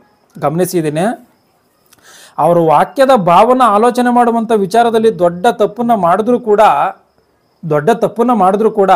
ಅಂದರೆ ರಷ್ಯನ್ನರ ವಿಷಯದಲ್ಲೇ ಎಂಬುದಾಗಿ ಇವರು ಅರ್ಥ ಮಾಡಿಕೊಂಡಿರುವಂಥದ್ದೇ ಒಂದು ತಪ್ಪು. ಅದರಲ್ಲೂ ಕೂಡ ಇದು ಅಮೆರಿಕ ದೇಶವನ್ನೇ ಪ್ರಿಯವಾದಂಥ ಪಟ್ಟಣ, ಇಲ್ಲ ದೇವಜನರ ದಂಡು ಎಂಬುದಾಗಿ ಭಾವಿಸಿರುವಂಥದ್ದು ದೊಡ್ಡ ತಪ್ಪು. ಯಾಕೆ ತಪ್ಪು ಅಂತಂದರೆ, ಅಮೆರಿಕದಲ್ಲಿ ನೋಡುವಾಗ 1981ನೇ ಇಸ್ವಿಯಲ್ಲಿ ಲೂಸಿಯಾನ ಎನ್ನುವಂಥ ಒಂದು ಕಾನೂನನ್ನು ಮಾಡ್ತಾರೆ. ಈ ಲೂಸಿಯಾನ ಎನ್ನುವಂಥ ಒಂದು ಕಾನೂನನ್ನು ಮಾಡಿ ಬೈಬಲಲ್ಲಿ ಅಂದರೆ ಅವರ ಒಂದು ಎಲ್ಲ ಪ್ರೈಮರಿ ಸ್ಕೂಲ್ಗಳಲ್ಲಿ ಬೈಬಲ್ ಎನ್ನುವಂಥದ್ದು ಚಿಕ್ಕ ಮಕ್ಕಳಿಗೆ ಪಾಠವಾಗಿ ಹೇಳ್ಕೊಡೋದಕ್ಕೋಸ್ಕರ ಇರುತ್ತೆ. ಈ ಲೂಸಿಯಾನ ಎನ್ನುವಂಥ ಕಾನೂನನ್ನು ಮಾಡಿ ಆ ಬೈಬಲಲ್ಲಿ ಅಂದರೆ ಅವರ ಪಠ್ಯ ಪುಸ್ತಕಗಳಲ್ಲಿ ಏನೇನು ಬೈಬಲ್ಗೆ ಸಂಬಂಧಪಟ್ಟಂಥ ವಿಷಯಗಳಿತ್ತು ಅವೆಲ್ಲವನ್ನು ತೆಗೆದು ಬಿಡ್ತಾರೆ. ಅಂದರೆ ಗಮನಿಸಿ, ದೇವರು ಧರ್ಮೋಪದೇಶ ಖಂಡದಲ್ಲಿ ಆಜ್ಞೆಗಳನ್ನು ಕೊಟ್ಟಿದ್ದಾನೆ. ಅದೇನು ಆಜ್ಞೆಗಳು ಅಂತಂದರೆ, ನಾನು ಕೊಟ್ಟಿರುವಂಥ ಈ ಮಾತುಗಳನ್ನು ನಿಮ್ಮ ಮಕ್ಕಳಿಗೆ ಉಪದೇಶವನ್ನು ಮಾಡಬೇಕು. ಅವ್ರು ಕುಂತಿದ್ದಾಗಲೂ ನಿಂತಿದ್ದಾಗಲೂ ಅವ್ರಿಗೆ ಮಲಗುವಾಗಲೂ ಏಳುವಾಗಲೂ ದಾರಿ ನಡೆಯುವಾಗಲೂ ಅವ್ರಿಗೆ ಉಪದೇಶವನ್ನು ಮಾಡಬೇಕು ಎಂಬುದಾಗಿ.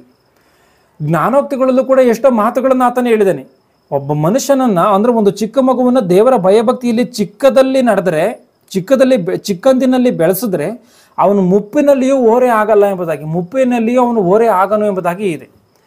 ಅಂದರೆ ಅವನು ಚಿಕ್ಕ ವಯಸ್ಸಿನಲ್ಲಿ ಸರಿಯಾದಂಥ ರೀತಿಯಲ್ಲಿ ದೇವರ ಭಯಭಕ್ತಿಯಲ್ಲಿ ನಡೆದ್ರೇನೆ ಅವನು ಮುಂದೆ ಒಳ್ಳೆ ಮನುಷ್ಯನಾಗಿ ದೇವರಲ್ಲಿ ಭಯಭಕ್ತಿಯಿಂದ ಜೀವಿಸೋದಕ್ಕೆ ಸಾಧ್ಯ ಎಂಬುದಾಗಿ ಖಚಿತವಾಗಿ ನಾವು ಅರ್ಥ ಮಾಡಿಕೊಳ್ಬೇಕು. ಯಾವುದೇ ಒಬ್ಬ ಮನುಷ್ಯನ ಇವತ್ತು ನೀತಿವಂತನಾಗಿ ಭೂಮಿ ಮೇಲೆ ಬದುಕಬೇಕು ಅಂದರೆ ದೇವರ ಮಾತುಗಳಿಂದ ಮಾತ್ರವೇ ಸಾಧ್ಯ. ಆ ಒಂದು ಮಾತುಗಳನ್ನು ಕಲೀಲಿ ಎಂಬುದಾಗಿ ಪಠ್ಯಪುಸ್ತಕದಲ್ಲಿ ಇಟ್ಟಿದ್ದಂಥ ಸಮಯದಲ್ಲಿ ಲೂಸಿಯನ್ ಎನ್ನುವಂಥ ಕಾನೂನನ್ನು ಮಾಡಿ ತೆಗೆದುಹಾಕ್ತಾರೆ. ಅಂದರೆ ಇವರು ದೇವರ ಮಾತುಗಳಿಗೆ ವ್ಯತಿರೇಕವಾಗಿ ಕಾನೂನುಗಳನ್ನು ಮಾಡಿ ವ್ಯತಿರೇಕವಾದಂಥ ಕೆಲಸಗಳನ್ನು ಮಾಡಿದಾರೆ ಅಂತ ನೋಡುವಾಗ ಸ್ಪಷ್ಟವಾಗಿ ಆ ಕೆಲಸಗಳನ್ನು ಮಾಡಿದ್ದಾರೆ ಎನ್ನುವಂಥದ್ದು ಅರ್ಥವಾಗುತ್ತೆ. ಅದಲ್ಲದೆ ಈಗ ಇದರಲ್ಲಿ ಯಾಜಕ ಕಾಂಡದಲ್ಲಿ ದೇವರು ಒಂದು ಮಾತನ್ನು ಹೇಳ್ತಾನೆ, ಗಂಡಸನ ಜೊತೆಯ ಸಹವಾಸವನ್ನು ಮಾಡಬಾರ್ದು, ಅಂದರೆ ಗಂಡು ಸಂಭೋಗವನ್ನು ಮಾಡಬಾರ್ದು, ಹೆಣ್ಣು ಸಂಭೋಗವನ್ನು ಮಾಡಬಾರ್ದು ಎಂಬುದಾಗಿ ದೇವರ ಆಜ್ಞೆಗಳನ್ನು ಕೊಡ್ತಾನೆ. ಆದರೆ ಅಮೆರಿಕ ದೇಶದಲ್ಲಿ ನೋಡುವಾಗ ಇದಕ್ಕೆಲ್ಲವೂ ಕೂಡ ಪರ್ಮಿಷನ್ ಇದೆ. ಗಂಡನ ಮದುವೆ ಆಗ್ಬೋದು, ಹೆಣ್ಣಿನ ಮದುವೆ ಆಗ್ಬೋದು. ಅಂದರೆ ಇವು ಕೂಡ ದೇವರ ಮಾತುಗಳಿಗೆ ವ್ಯತಿರೇಕವಾಗಿರುವಂಥ ಮಾತುಗಳು ಅಂತ ನೋಡುವಾಗ ಇವೆಲ್ಲ ವ್ಯತಿರೇಕವಾಗಿರುವಂಥ ಕಾನೂನುಗಳು, ವ್ಯತಿರೇಕವಾಗಿರುವಂಥ ಮಾತುಗಳು. ಗಮನಿಸಿ ಇದನ್ನು. ಅಂದರೆ ಇಷ್ಟು ಮಾತ್ರವೇ ಅಲ್ಲ, ಎಷ್ಟೋ ಮಟ್ಟಿಗೆ ಒಂದು ಗನ್ ಕಲ್ಚರ್ ಎನ್ನುವಂಥದ್ದು ಬೆಳೆದೋಗಿದೆ. ಎಷ್ಟೋ ಮಟ್ಟಿಗೆ ಮನುಷ್ಯನು ಒಂದು ಜಂತುಗಳ ಸಹವಾಸವನ್ನು ಮಾಡುವಂಥ ಮಟ್ಟಿಗೂ ಕೂಡ ಬೆಳೆದೋಗಿದ್ದಾನೆ. ಆದರೆ ಗಂಡಸನ್ನು ಸೇರುವಂಥದ್ದು, ಹೆಣ್ಣನ್ನು ಸೇರುವಂಥದ್ದು ಬೈಬಲ್ ಒಪ್ಪುತ್ತಾ ಎನ್ನುವಂಥದ್ದನ್ನು ನೋಡುವಂಥದ್ದಾದರೆ ರೋಮಾಪುರದವರಿಗೆ ಬರೆದ ಪತ್ರಿಕೆ 1ನೇ ಅಧ್ಯಾಯ 26ನೇ ವಚನವನ್ನು ಗಮನಿಸಿ. ರೋಮಾಪುರದವರಿಗೆ ಬರೆದ ಪತ್ರಿಕೆ 1ನೇ ಅಧ್ಯಾಯ 26ನೇ ವಚನವನ್ನು. ಅವರು ಇಂಥದ್ದನ್ನು ಮಾಡಿದ್ದರಿಂದ ದೇವರು ಅವರನ್ನು ಕೇವಲ ತುಚ್ಛವಾದ ಕಾಮಾಭಿಲಾಷೆಗೆ ಒಪ್ಪಿಸಿದನು. ಹೇಗೆಂದರೆ ಅವರ ಹೆಂಗಸರು ಸ್ವಾಭಾವಿಕವಾದ ಭೋಗವನ್ನು ಬಿಟ್ಟು ಸ್ವಭಾವಕ್ಕೆ ವಿರುದ್ಧವಾದ ಭೋಗವನ್ನು ಅನುಸರಿಸಿದರು.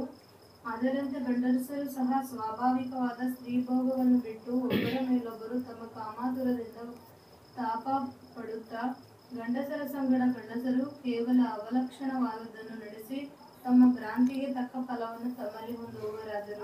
ಗಮನಿಸಿ, ಇಲ್ಲೇನಿದೆಯೋ, ಅವರು ಇಂಥದ್ದನ್ನು ಮಾಡಿದರಿಂದ ದೇವರು ಅವರನ್ನು ಕೇವಲ ತುಚ್ಛವಾದ ಕಾಮಾಭಿಲಾಷೆಗೆ ಒಪ್ಪಿಸಿದನು. ಹೇಗೆಂದರೆ ಅವರ ಹೆಂಗಸರು ಸ್ವಾಭಾವಿಕವಾದ ಭೋಗವನ್ನು ಬಿಟ್ಟು ಸ್ವಭಾವಕ್ಕೆ ವಿರುದ್ಧವಾದ ಭೋಗವನ್ನು ಅನುಸರಿಸಿದರು. ಅಂದರೆ ನಾನು ಆಗಲೇ ಹೇಳಿದಂಥ ರೀತಿಯಲ್ಲಿ ಯಾಜಕ ಕಾಂಡ ಗ್ರಂಥದಲ್ಲೇನೇ ಖಚಿತವಾಗಿ ಆಜ್ಞೆಯನ್ನು ಕೊಟ್ಟಿದ್ದೇನೆ. ಯಾವ ಸ್ತ್ರೀಯೂ ಕೂಡ ಜಂತುವಿನ ಮುಂದೆ ನಿಲ್ಲಬಾರ್ದು, ಸ್ತ್ರೀ ಸಂಘವನ್ನು ಮಾಡಂಗಿಲ್ಲ, ಪುರುಷನ ಸಂಘವನ್ನು ಮಾಡಂಗಿಲ್ಲ ಎಂಬುದಾಗಿ. ಅಂದರೆ ದೇವ್ರೇನು ಮಾಡ್ತಾನೆ, ಮನುಷ್ಯನ ಕೆಟ್ಟತನಕ್ಕೆ ಜಾರದಂಥ ರೀತಿಯಲ್ಲಿ ಜಾರದಂಗೆ ದೇವ್ರೇನು ಮಾಡ್ತಾನಂತೆ, ಕೆಟ್ಟತನಕ್ಕೆ ಒಪ್ಪಿಸ್ಬಿಡ್ತಾನಂತೆ. ಇವತ್ತೊಬ್ಬ ಕಳ್ಳನಿದ್ದಾನೆ ಅಂದ್ಕೊಳ್ಳಿ, ಅವನು ಕಳ್ತನ ಮಾಡ್ತಾ ಇರ್ತಾನೆ ಅಂದ್ಕೊಳ್ಳಿ. ಅವನು ನಾನು ಮಾಡ್ತಾ ಇರುವಂಥದ್ದು ತಪ್ಪು ಎನ್ನುವಂಥ ರೀತಿಯಲ್ಲಿ ಅರ್ಥ ಮಾಡಿಕೊಂಡು ಅವನು ಬಿಡದಲೇ ಹೋದರೆ, ಈಗ ಒಬ್ಬ ಮನುಷ್ಯನಿಗೆ ಯಾವ ರೀತಿಯಾಗಿ ಅದು ತಪ್ಪು ಅಂತ ಅರ್ಥವಾಗುತ್ತೆ, ಅವನು ತಪ್ಪು ಅಂತ ಅರ್ಥ ಮಾಡ್ಕೊಳ್ಳಲ್ವಲ್ಲ ಎಂಬುದಾಗಿ ನಾವು ಅಂದ್ಕೊಳ್ತೀವಿ. ಅವನಿಗೆ ಅದು ತಪ್ಪಾ ಸರಿನಾ ಎಂಬುದಾಗಿ ವಿವೇಚನೆ ಮಾಡುವಂಥ ಜ್ಞಾನ ಅವನಲ್ಲಿ ಐತೆ. ಅದನ್ನು ದೇವರೇ ಅವನಿಗೆ ಇಟ್ಟಿದ್ದಾನೆ. ನಾನು ಮಾಡ್ತಾ ಇರುವಂಥದ್ದು ತಪ್ಪು ಎಂಬುದಾಗ ಅವನಿಗೆ ಅರಿವಿದ್ರೂ ಕೂಡ ಅವನೇನೋ ಜೀವನ ಮಾಡೋದಕ್ಕೆ ಕಷ್ಟವಾಗಿರುವಂಥ ಕಾರಣವೋ, ಅವನು ದುಡಿಯೋಕ್ಕಾಗದಲ್ಲೇ ಇರುವಂಥ ಕಾರಣವೋ, ಈಸಿಯಾಗಿ ಬದುಕನೇ ಇರುವಂಥ ಆಸೆ ಇರುವಂಥ ಕಾರಣವೋ ಆತನ ಕಳ್ಳತನವನ್ನು ಆತನು ಬೆಳೆಸ್ಕೊಂತಾನೆ. ಗಮನಿಸಿ, ಅಂದರೆ ಮನುಷ್ಯನಲ್ಲಿ ಅದನ್ನು ಯೋಚನೆ ಮಾಡುವಂಥ ಜ್ಞಾನ ದೇವ್ರು ಇಟ್ಟಿದ್ರು ಕೂಡ ಅವನು ಅದನ್ನು ಬಿಡಲ್ಲ. ಏನಕ್ಕೆ ಆತನು ಬಿಡಲ್ಲ ಅಂತಂದರೆ ದೇವ್ರೇನು ಮಾಡ್ತಾನೆ ಗೊತ್ತಾ, ಯಾವುದೇ ಒಬ್ಬ ಮನುಷ್ಯನನ್ನು ಕೆಟ್ಟತನಕ್ಕೆ ಒಪ್ಪಿಸ್ಬಿಡ್ತಾನಂತೆ. ಇವತ್ತೊಬ್ಬರು ಎಣ್ಣೆ ಚಟಕ್ಕೆ ಒಳಗಾಗಿರುವಂಥವ್ರು ಅಷ್ಟೇನೆ, ನಾನು ಏನು ಮಾಡ್ತಿದ್ದೇನೇನೋ ಅಂತ ಅರಿವೇ ಅವ್ರಿಗೆ ಬರಬಾರ್ದು. ಆ ರೀತಿಯಾಗಿ ದೇವರೇ ಕೆಟ್ಟತನಕ್ಕೆ ಒಪ್ಪಿಸ್ತಾನೆ. ಯಾವುದೇ ಕಾರಣಕ್ಕೊಬ್ಬ ಮನುಷ್ಯನು ದೇವರಿಗೆ ವಿರೋಧವಾಗಿ ಪಾಪವನ್ನು ಮಾಡೋದಕ್ಕೆ ಹೋಗಿ ದೇವರ ಕೈಗೆ ಬಿದ್ದು ಕೆಟ್ಟತನಕ್ಕೆ ಒಪ್ಪಿಸಿಕೊಳ್ಳಬಾರದು ಎನ್ನುವಂಥದ್ದನ್ನು ಖಚಿತವಾಗಿ ಮಾತುಗಳಿಂದ ಅರ್ಥ ಮಾಡಿಕೊಳ್ಬೇಕು. ಗಮನಿಸಿ, ಅವರು ಇಂಥದ್ದನ್ನು ಮಾಡಿದ್ದರಿಂದ ದೇವರು ಅವರನ್ನು ಕೇವಲ ತುಚ್ಛವಾದ ಕಾಮಾಭಿಲಾಷೆಗೆ ಒಪ್ಪಿಸಿದನು.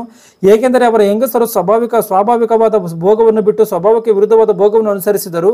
ಅದರಂತೆ ಗಂಡಸರು ಸಹ ಸ್ವಾಭಾವಿಕವಾದ ಸ್ತ್ರೀಭೋಗವನ್ನು ಬಿಟ್ಟು ಒಬ್ಬರ ಮೇಲೊಬ್ಬರು ತಮ್ಮ ಕಾಮಾತುರದಿಂದ ತಾಪಪಡುತ್ತಾ ಗಂಡಸರ ಸಂಗಡ ಗಂಡಸರು ಕೇವಲ ಅವಲಕ್ಷಣವಾದುದನ್ನು ನಡೆಸಿ ತಮ್ಮ ಭ್ರಾಂತಿಗೆ ತಕ್ಕ ಫಲವನ್ನು ತಮ್ಮಲ್ಲಿ ಹೊಂದುವವರಾದರು. ಅಂದರೆ ಇವೆಲ್ಲ ಕಾನೂನುಗಳು, ಈ ಎಲ್ಲ ಆಚಾರಗಳು ಅಮೆರಿಕ ದೇಶದಲ್ಲಿ ಇದೆ. ಇಂಥ ದೇವರಿಗೆ ವಿರುದ್ಧವಾಗಿ, ದೇವರ ವಾಕ್ಯಗಳಿಗೆ ವಿರುದ್ಧವಾಗಿ ಕಾನೂನುಗಳನ್ನು ಮಾಡುವಂಥ ಕ್ರಿಯೆಗಳಿರುವಂಥ ದೇಶವನ್ನು ದೇವರಿಗೆ ಪ್ರಿಯವಾಗಿರುವಂಥ ಪಟ್ಟಣ ಅಂತಲೋ ದೇವಜನರ ದಂಡು ಎನ್ನುವಂಥ ರೀತಿಯಲ್ಲಿ ಇವರು ಕರೆಯುವಂಥದ್ದು ಸರಿಯಾ? ಯಾವುದೇ ಕಾರಣಕ್ಕೂ ಕೂಡ ಇದು ಸರಿಯಲ್ಲ. ದೇವಜನರ ದಂಡು ಅನ್ನುವಂಥ ರೀತಿಯಲ್ಲೋ, ದೇವರಿಗೆ ಪ್ರಿಯವಾಗಿರುವಂಥ ಪಟ್ಟಣ ಎನ್ನುವಂಥ ರೀತಿಯಲ್ಲೋ ಅಮೆರಿಕವನ್ನು ಗುರುತಿಸಿರುವಂಥದ್ದು, ಇವರು ಅಮೆರಿಕವನ್ನು ಗುರುತಿಸಿರುವಂಥದ್ದು ತಪ್ಪು, ಅದು ಪಾಪ. ಅಮೆರಿಕವು ದೇವರು ಮೆಚ್ಚಿರುವಂಥ ದೇಶವಲ್ಲ. ದೇವರಿಗೆ ವ್ಯತಿರೇಕವಾಗಿರುವಂಥ ಕಾರ್ಯಗಳ ಆ ದೇಶದಲ್ಲಿ ನಡೆಯುತ್ತೆ. ಅವರೇನೋ ಹೇಳ್ಕೋಬೋದು, ಏನೋ ನಾವು ಭೂಮಿ ಮೇಲೆ ಭೌತಿಕವಾದಂಥ ಕಾರ್ಯಗಳಲ್ಲಿ ನಾವು ಶ್ರೀಮಂತರಾಗಿದ್ದೀವಲ್ಲ, ಎಲ್ಲ ದೇಶಗಳಿಗೂ ನಾವೇ ಕೂಡ ಏನೋ ಉನ್ನತವಾಗಿದ್ದೀವಲ್ಲ ಎನ್ನುವಂಥ ರೀತಿಯಲ್ಲಿ ಅವ್ರು ಅಂದ್ಕೋಬೋದು. ಆದರೆ ಅವನ್ನೆಲ್ಲ ದೇವರು ನೋಡಲ್ಲ, ದೇವರು ಅದನ್ನೆಲ್ಲ ಮೆಚ್ಚಲ್ಲ. ದೇವರು ಮೆಚ್ಚಬೇಕಂದ್ರೆ ದೇವರ ವಿಷಯದಲ್ಲಿ ಆತನ ಭಯಭಕ್ತಿಯಿಂದ ಜೀವಿಸಬೇಕು, ಪಾಪಗಳನ್ನು ಮಾಡಬಾರ್ದು. ಅದೇ ರೋಮಪುರದವ್ರಿಗೆ ಬರೆದ ಪತ್ರಿಕೆ 1:32 ಏನಿದೆ ಗಮನಿಸಿ, ಇಂಥವುಗಳನ್ನು ನಡೆಸುವವರು ಮರಣಕ್ಕೆ ಪಾತ್ರರಾಗಿದ್ದಾರೆಂಬ ದೇವವಿಧಿಯು ಅವರಿಗೆ ತಿಳಿದಿದ್ದರೂ ಅವರು ತಾವೇ ಅವುಗಳನ್ನು ಮಾಡುವುದಲ್ಲದೆ ಮಾಡುವವರನ್ನು ಅನುಮೋದಿಸುತ್ತಾರೆ. ಅಂದರೆ ಇಂಥ ಕೆಲಸಗಳನ್ನು ಮಾಡುವಂಥ ಯಾವನೇ, ಪಾಪವನ್ನು ಮಾಡುವಂಥ ಯಾವನೇ ಆದರೂ ಸರಿ ಮರಣಕ್ಕೆ ಪಾತ್ರನಾಗ್ತಾನಂತೆ. ಅಂದರೆ ಮರಣಕ್ಕೆ ಬೈಬಲನ್ನು ಚಿಕ್ಕಂದಿನಿಂದಲೂ ಹಿಡ್ಕೊಂಡಿದ್ದು, ಬೈಬಲಲ್ಲಿರುವಂಥ ಮಾತುಗಳನ್ನು ಓದಿ ಗಮನಿಸಿ ಅವರ ಬದುಕುಗಳನ್ನು ಬದಲಾಯಿಸಿಕೊಳ್ಳದಂಥ ರೀತಿಯಲ್ಲಿ ಜೀವಿಸ್ತಾ ಇದ್ದಾರೆ ಅಂದರೆ ಅವರು ಅವರು ದೇವಭಕ್ತರಾಗುವುದಕ್ಕೆ ಯಾವುದೇ ಕಾರಣಕ್ಕೂ ಸಾಧ್ಯವಿಲ್ಲ. ಅಂದರೆ ನಾವು ನೋಡಿದಂಥ ಈ ಮಾತುಗಳಲ್ಲಿರುವಂಥ ಕೆಲವೊಂದು ಕಾರ್ಯಗಳನ್ನು ನಾವು ಆಲೋಚನೆ ಮಾಡಿ ನೋಡುವಂಥದ್ದಾದರೆ ಅಮೆರಿಕದ ಒಂದು ಪ್ರಜೆಗಳು ಎಂಥ ಒಂದು ಭಯಂಕರವಾದಂಥ ಪಾಪದಲ್ಲಿ ಇದ್ದಾರೋ ಅಂತೇಳಿ ನಾವು ಸರಿಯಾದಂಥ ರೀತಿಯಲ್ಲಿ ಅರ್ಥ ಮಾಡಿಕೊಳ್ಬೇಕು. ಆಗಿರುವಂಥ ಕಾರಣ ಅವರ ಆಲೋಚನೆಗಳು ತಪ್ಪು. ಇಂಥ ಒಂದು ಜನರನ್ನು ದೇವಜನರ ದಂಡು ಅಂತಲೋ ಪ್ರಿಯವಾದಂಥ ಪಟ್ಟಣ ಎನ್ನುವಂತಲೋ ಅವರು ತೀರ್ಮಾನ ಮಾಡ್ತಾರೆ ಅಂದರೆ ಅದು ಅವರ ಮೂರ್ಖತನವೇ ಹೊರತು ಬೈಬಲ್ ಆ ರೀತಿಯಾಗಿ ಹೇಳಿಲ್ಲ. ಅಂದರೆ ಗೋಗ್ ಮಾಗೋಗ್ ಎನ್ನುವಂಥವರು ದೇವಜನರ ದಂಡನ್ನು ಮುತ್ತಿಗೆ ಹಾಕುವುದು ಎನ್ನುವಂಥದ್ದು ಅಮೆರಿಕ ರಷ್ಯಾಗಳ ಒಂದು ಯುದ್ಧವನ್ನು ಚಿತ್ರೀಕರಿಸುವಂಥದ್ದು, ಅವರ ಆ ಎರಡು ದೇಶಗಳ ಮಧ್ಯದಲ್ಲಿ ನಡೆಯುವಂಥ ಆ ಒಂದು ಯುದ್ಧವನ್ನೇ ಎಂಬುದಾಗಿ ಇವರು ಅರ್ಥ ಮಾಡಿಕೊಳ್ಳುವಂಥದ್ದು ಅದು ತಪ್ಪು. ಹಾಗಾದರೆ ದೇವಜನರ ದಂಡು ಇಲ್ಲವೇ ಪ್ರಿಯವಾದಂಥ ಪಟ್ಟಣ ಅಂತ ಅಂದರೆ ಯಾವುದು? ಗಮನಿಸಿ, ಇಲ್ಲಿ ಏನಿದೆಯೋ ಪ್ರಕಟಣೆ ಗ್ರಂಥ 21ನೇ ಅಧ್ಯಾಯ 2ನೇ ವಚನವನ್ನು. ಪ್ರಕಟಣೆ ಗ್ರಂಥ 21ನೇ ಅಧ್ಯಾಯ 2ನೇ ವಚನವನ್ನು ಗಮನಿಸಿ. ಇದಲ್ಲದೆ ಪರಿಶುದ್ಧ ಪಟ್ಟಣವಾದ ಹೊಸ ಯೆರೂಸಲೇಮು, ಬೈಬಲ್ ಏನು ಹೇಳ್ತಿದೆಯೋ ನೋಡಿ, ಪ್ರಿಯವಾದಂಥ ಪಟ್ಟಣ ಇಲ್ಲ ದೇವಜನರ ದಂಡು ಅಂದರೆ ಏನು ಅಂತ ಹೇಳಿ ಬೈಬಲ್ ಹೇಳುತ್ತೆ. ಇದಲ್ಲದೆ ಪರಿಶುದ್ಧ ಪಟ್ಟಣವಾದ ಹೊಸ ಯೆರೂಸಲೇಮು ಪರಲೋಕದಿಂದ ದೇವರ ಬಳಿಯಿಂದ ಇಳಿದು ಬರುವುದನ್ನು ಕಂಡೆನು. ಅದು ತನ್ನ ಗಂಡನಿಗೋಸ್ಕರ ಅಲಂಕೃತಳಾದ ಮೊದಲಗಿತ್ತಿಯಂತೆ ಶೃಂಗರಿಸಲ್ಪಟ್ಟಿತು. ಇಲ್ಲಿ ನಮಗೆ ಆಶ್ಚರ್ಯವಾಗಿ ಹೋಗುವಂಥ ಒಂದು ಕಾರ್ಯ ಇದೈತಿ. ಅದೇನು ಅಂತ ಅಂದರೆ ಪರಿಶುದ್ಧ ಪಟ್ಟಣವಾದಂಥ ಹೊಸ ಯೆರೂಸಲೇಮು ಪರಲೋಕದಿಂದ ದೇವರ ಬಳಿಯಿಂದ ಇಳಿದು ಬರುವಂಥದ್ದನ್ನು ನಾನು ನೋಡಿದೆ ಎಂಬುದಾಗಿ. ಇವತ್ತು ನಮಗೆ ಯೆರೂಸಲೇಮ್ ಎನ್ನುವಂಥ ಒಂದು ಪಟ್ಟಣ ಬೈಬಲಲ್ಲಿ ನಮಗೆ ಎಷ್ಟೋ ಸಾರಿ ಬರೆಯಲ್ಪಟ್ಟಿದೆ. ಆ ಒಂದು ಪಟ್ಟಣ ಎಲ್ಲಿದೆ ಅಂದರೆ ಇಸ್ರಾಯೇಲ್ ದೇಶದಲ್ಲಿ ಯೆರೂಸಲೇಮ್ ಪಟ್ಟಣ ಎನ್ನುವಂಥದ್ದು ಇದೆ. ಇದು ಭೂಮಿ ಮೇಲಿರುವಂಥ ಇವತ್ತಿಗೆ ಪಟ್ಟಣ ನಮಗೆ ಕಾಣುತ್ತೆ. ಇಲ್ಲಿ ದೇವರೇನು ಬರ್ಸಿದ್ದಾನೆ ಪ್ರಕಟಣೆ ಗ್ರಂಥದಲ್ಲಿ, ಆ ಒಂದು ಪಟ್ಟಣ ಪರಲೋಕದಿಂದ ದೇವರ ಬಳಿಯಿಂದ ಇಳಿದು ಬರ್ತಾ ಇತ್ತು ಎಂಬುದಾಗಿ ನಾನು ನೋಡಿದೆ ಎಂಬುದಾಗಿ ಆತನಲ್ಲಿ ಗ್ರಂಥಕರ್ತನು ಬರೆಯುವಂಥದ್ದು ಕಾಣುತ್ತೆ. ಅಂದರೆ ಈ ಭೂಮಿಯಲ್ಲಿರುವಂಥ ಪಟ್ಟಣ ಮುಂದೆ ಒಂದು ದಿನ ಪರಲೋಕದಿಂದ ಇಳಿದು ಬರುತ್ತೆ ಅಂತಾನೆ ಇದರ ಅರ್ಥ. ಆ ರೀತಿಯಾಗಿ ಅಲ್ಲ ಎನ್ನುವಂಥದ್ದನ್ನು ಖಚಿತವಾಗಿ ಅರ್ಥ ಮಾಡಿಕೊಳ್ಳಬೇಕು. ಗಮನಿಸಿ, ಇಲ್ಲಿ ಏನಿದೆಯೋ ಇದಲ್ಲದೆ ಪರಿಶುದ್ಧ ಪಟ್ಟಣವಾದ ಹೊಸ ಯೆರೂಸಲೇಮು ಪರಲೋಕದಿಂದ ದೇವರ ಬಳಿಯಿಂದ ಇಳಿದು ಬರುವುದನ್ನು ಕಂಡೆನು. ಅದು ತನ್ನ ಗಂಡನಿಗೋಸ್ಕರ ಅಲಂಕೃತಳಾದ ಮೊದಲ ಗಿತ್ತಿಯಂತೆ ಶೃಂಗರಿಸಲ್ಪಟ್ಟಿತ್ತು. ಅಂದರೆ ದೇವಜನರ ದಂಡು ಅಂದರೆ ಇಲ್ಲ ಪರಿಶುದ್ಧರ ಒಂದು ಪಟ್ಟಣ ಅಂತ ಅಂದರೆ ಅದೇನು ಅಂತೇಳಿ ನೋಡುವಾಗ, ದೇವಜನರ ದಂಡು ಅಂದ್ರೆ ಏನು ಅಂದರೆ ಪರಿಶುದ್ಧರ ಒಂದು ಪಟ್ಟಣ. ಅಂದರೆ ತನ್ನ ಗಂಡನಿಗೋಸ್ಕರ ಅಲಂಕೃತಳಾಗಿ ಇರುವಂಥ ರೀತಿಯಲ್ಲಿ ಸಿದ್ಧಪಟ್ಟಳು ಅಂತ ಹೇಳಿ ಇಲ್ಲಿ ದೇವರು ಬರೆಸ್ತಾ ಇದ್ದಾನೆ ಅಂತ ಅಂದರೆ, ಇಲ್ಲಿ ಗಂಡ ಎನ್ನುವಂಥ ರೀತಿಯಲ್ಲಿ ಸಂಬೋಧಿಸ್ತಾ ಇರುವಂಥದ್ದು ಯಾರನ್ನ ಎಂಬುದಾಗಿ ನೋಡುವಂಥದ್ದಾದರೆ ಕ್ರಿಸ್ತನನ್ನೇ. ಅಂದರೆ ಗಂಡ ಎನ್ನುವಂಥ ರೀತಿಯಲ್ಲಿ, ಮದಲಿಂಗನು ಎನ್ನುವಂಥ ರೀತಿಯಲ್ಲಿ ಚಿತ್ರೀಕರಿಸಿ ಅಂದರೆ ರೂಪಾಲಂಕಾರವಾಗಿ ವರ್ಣಿಸಿ ಹೋಲಿಸಿ ಮಾತನಾಡ್ತಾ ಇರುವಂಥದ್ದು ಯಾರನ್ನ ಎಂಬುದಾಗಿ ನೋಡುವಂಥದ್ದಾದರೆ ಯೇಸು ಕ್ರಿಸ್ತನನ್ನೇ. ಯಾಕೆಂದ್ರೆ ಆತನೇ ಮತಲಿಂಗನು. ಇದು ನನ್ನ ಮಾತಲ್ಲ, ಮತ್ತಾಯನ ಬರೆದ ಸುವಾರ್ತೆ 25ನೇ ಅಧ್ಯಾಯ 1ರಿಂದ 6ನೇ ವಚನವನ್ನು ಗಮನಿಸಿ. ಮತ್ತಾಯನ ಬರೆದ ಸುವಾರ್ತೆ 25ನೇ ಅಧ್ಯಾಯ 1ನೇ ವಚನದಿಂದ 6ನೇ ವಚನವನ್ನು. ಆಗ ಪರಲೋಕ ರಾಜ್ಯವು ಆರತಿಗಳನ್ನು ತೆಗೆದುಕೊಂಡು ಮದಲಿಂಗನನ್ನು ಎದುರುಗೊಳ್ಳುವುದಕ್ಕೆ ಹೊರಟಂತ 10 ಮಂದಿ ಕನ್ಯೆಯರಿಗೆ ಹೋಲಿಕೆಯಾಗಿರುವುದು. ಅವರಲ್ಲಿ 5 ಮಂದಿ ಬುದ್ಧಿ ಇಲ್ಲದವರು, 5 ಮಂದಿ ಬುದ್ಧಿವಂತೆಯರು. ಬುದ್ಧಿ ಇಲ್ಲದವರು ತಮ್ಮ ತಡ್ರಿ ಒಂದು ನಿಮಿಷ ಸಾಕು ನೋಡಿ, ಇಲ್ಲಿ ಗಮನಿಸಿ. ಆಗ ಪರಲೋಕ ರಾಜ್ಯವು ಅಂದರೆ ಯೇಸು ಕ್ರಿಸ್ತನು ಕೆಲವೊಂದು ಸಂಗತಿಗಳನ್ನೇ ಹೇಳ್ತಾ ಇದ್ದಾನೆ. ಅದರಲ್ಲಿ ಮಹಾ ಜ್ಞಾನವೇ ಇದೆ. ಆ ಜ್ಞಾನವನ್ನು ಆತನು ಉಪದೇಶ ಮಾಡ್ತಾ ಇದ್ದಾನೆ. ಆಗ ಪರಲೋಕ ರಾಜ್ಯವು ಆರತಿಗಳನ್ನು ತೆಗೆದುಕೊಂಡು ಮದಲಿಂಗನನ್ನು ಎದುರುಗೊಳ್ಳುವುದಕ್ಕೆ ಹೊರಟಂತ 10 ಮಂದಿ ಕನ್ಯೆಯರಿಗೆ ಹೋಲಿಕೆಯಾಗಿರುವುದು. ಅಂದರೆ ಮೊದಲಿಂಗನು ಅಂದರೆ ಯಾರು? ಮದುವೆಯ ಗಂಡು. ಈ ಮದುವೆ ಗಂಡು ಬರ್ತಾನೆ ಅಂತೇಳಿ 10 ಮಂದಿ ಕನ್ಯೆಯರು ಆರತಿಗಳನ್ನು ತೆಗೆದುಕೊಂಡು ಸಿದ್ಧವಾಗಿದ್ದಾರಂತೆ. ಎದುರುಗೊಳ್ಳುವುದಕ್ಕೆ ಹೊರಟಂತ 10 ಮಂದಿ ಕನ್ಯೆಯರಿಗೆ ಹೋಲಿಕೆಯಾಗಿರುವುದು. ಅವರಲ್ಲಿ 5 ಮಂದಿ ಬುದ್ಧಿ ಇಲ್ಲದವರು, 5 ಮಂದಿ ಬುದ್ಧಿವಂತೆಯರು. ಬುದ್ಧಿ ಇಲ್ಲದವರು ತಮ್ಮ ಆರತಿಗಳನ್ನು ತಕ್ಕೊಂಡರು, ಆದರೆ ಎಣ್ಣೆ ತಕ್ಕೊಳ್ಳಲಿಲ್ಲ. ಬುದ್ಧಿವಂತೆಯರು ತಮ್ಮ ಆರತಿಗಳ ಕೂಡ ಪಾತ್ರೆಗಳಲ್ಲಿ ಎಣ್ಣೆ ತಕ್ಕೊಂಡರು. ಅಂದರೆ ಗಮನಿಸಿ, 5 ಜನ ಬುದ್ಧಿ ಇಲ್ದಂಥವ್ರು, 5 ಜನ ಬುದ್ಧಿ ಇರುವಂಥವ್ರು. ಬುದ್ಧಿ ಇಲ್ದಂಥವ್ರು ಏನು ಮಾಡಿದಾರಂತೆ? ಆರತಿಗಳನ್ನು ತೆಗೆದುಕೊಂಡಿದ್ದಾರೆ, ಎಕ್ಸ್ಟ್ರಾ ಎಣ್ಣೆಯನ್ನು ತೆಗೆದುಕೊಂಡಿಲ್ಲ. ಆದರೆ ಬುದ್ಧಿವಂತೆಯರು ಏನು ಮಾಡಿದ್ದಾರೆ ಅಂದರೆ ಆರತಿಗಳನ್ನು ತೆಗೆದುಕೊಂಡಿದ್ದಾರೆ. ಆರತಿಗಳನ್ನು ತೆಗೆದುಕೊಂಡಿದ್ದಲ್ದಲ್ಲ ಎಕ್ಸ್ಟ್ರಾ ಎಣ್ಣೆನ ತೆಗೆದುಕೊಂಡಿದ್ದಾರೆ. ಏನಕ್ಕೋಸ್ಕರ ಅಂದರೆ ಒಂದು ವೇಳೆ ಮದಲಿಂಗನು ಬರುವಂಥದ್ದು ಏನಾದರೂ ಒಂದು ವೇಳೆ ಲೇಟ್ ಆದರೆ ನಮ್ಮಲ್ಲಿರುವಂಥ ಎಣ್ಣೆ ಉರಿದು ಖಾಲಿಯಾಗಿ ಮದಲಿಂಗನು ಬರುವಂಥ ಸಮಯದಲ್ಲಿ ಎಣ್ಣೆ ಇಲ್ದಂಗೆ ಆಗಬಾರ್ದು. ಆಗಿರುವಂಥ ಕಾರಣ ಎಕ್ಸ್ಟ್ರಾ ಎಣ್ಣೆಯನ್ನು ತೆಗೆದುಕೊಳ್ಳೋಣ. ಮದಲಿಂಗನು ಒಂದು ವೇಳೆ ಬರುವಂಥದ್ದು ತಡ ಆದರೆ ಮತ್ತೆ ನಾವು ಎಣ್ಣೆಯನ್ನು ಹಾಕಿ ಹಚ್ಚಿಕೊಂಡು ಸಿದ್ಧವಾಗಿ ಹೋಗ್ಬೋದು ಅನ್ನುವಂಥ ರೀತಿಯಲ್ಲಿ ಆಲೋಚನೆ ಮಾಡಿ ಎಣ್ಣೆಯನ್ನು ತೆಗೆದುಕೊಂಡಿದ್ದಾರಂತೆ. ಮದಲಿಂಗನು ಬರುವುದಕ್ಕೆ ತಡ ಮಾಡಲು ಅವರೆಲ್ಲರೂ ತೂಕಡಿಸಿ ಮಲಗಿದರು. ಆದರೆ ಅರ್ಧರಾತ್ರಿಯಲ್ಲಿ ಈಗೋ ಮದಲಿಂಗನು ಅವನನ್ನು ಎದುರುಗೊಳ್ಳುವುದಕ್ಕೆ ಹೊರಡಿರಿ ಎಂಬ ಕೂಗಾಯಿತು. ಆಗ ಆ ಕನ್ಯೆಯರೆಲ್ಲರೂ ಎಚ್ಚೆತ್ತು ತಮ್ಮ ಆರತಿಗಳನ್ನು ನೆಟ್ಟಗೆ ಮಾಡಿದರು. ಹಾಗೆ ಬುದ್ಧಿ ಇಲ್ಲದವರು ಬುದ್ಧಿವಂತೆಯರಿಗೆ, ನಿಮ್ಮ ಎಣ್ಣೆಯಲ್ಲಿ ನಮಗೆ ಸ್ವಲ್ಪ ಕೊಡಿರಿ, ನಮ್ಮ ಆರತಿಗಳು ಆರಿ ಹೋಗುತ್ತವೆ ಎಂದು ಹೇಳಿದರು. ಅಂದರೆ ಇವರು ತಂದಿದ್ದಂಥ ಎಣ್ಣೆ ಖಾಲಿಯಾಗಿ ಹೋಗಿದೆ.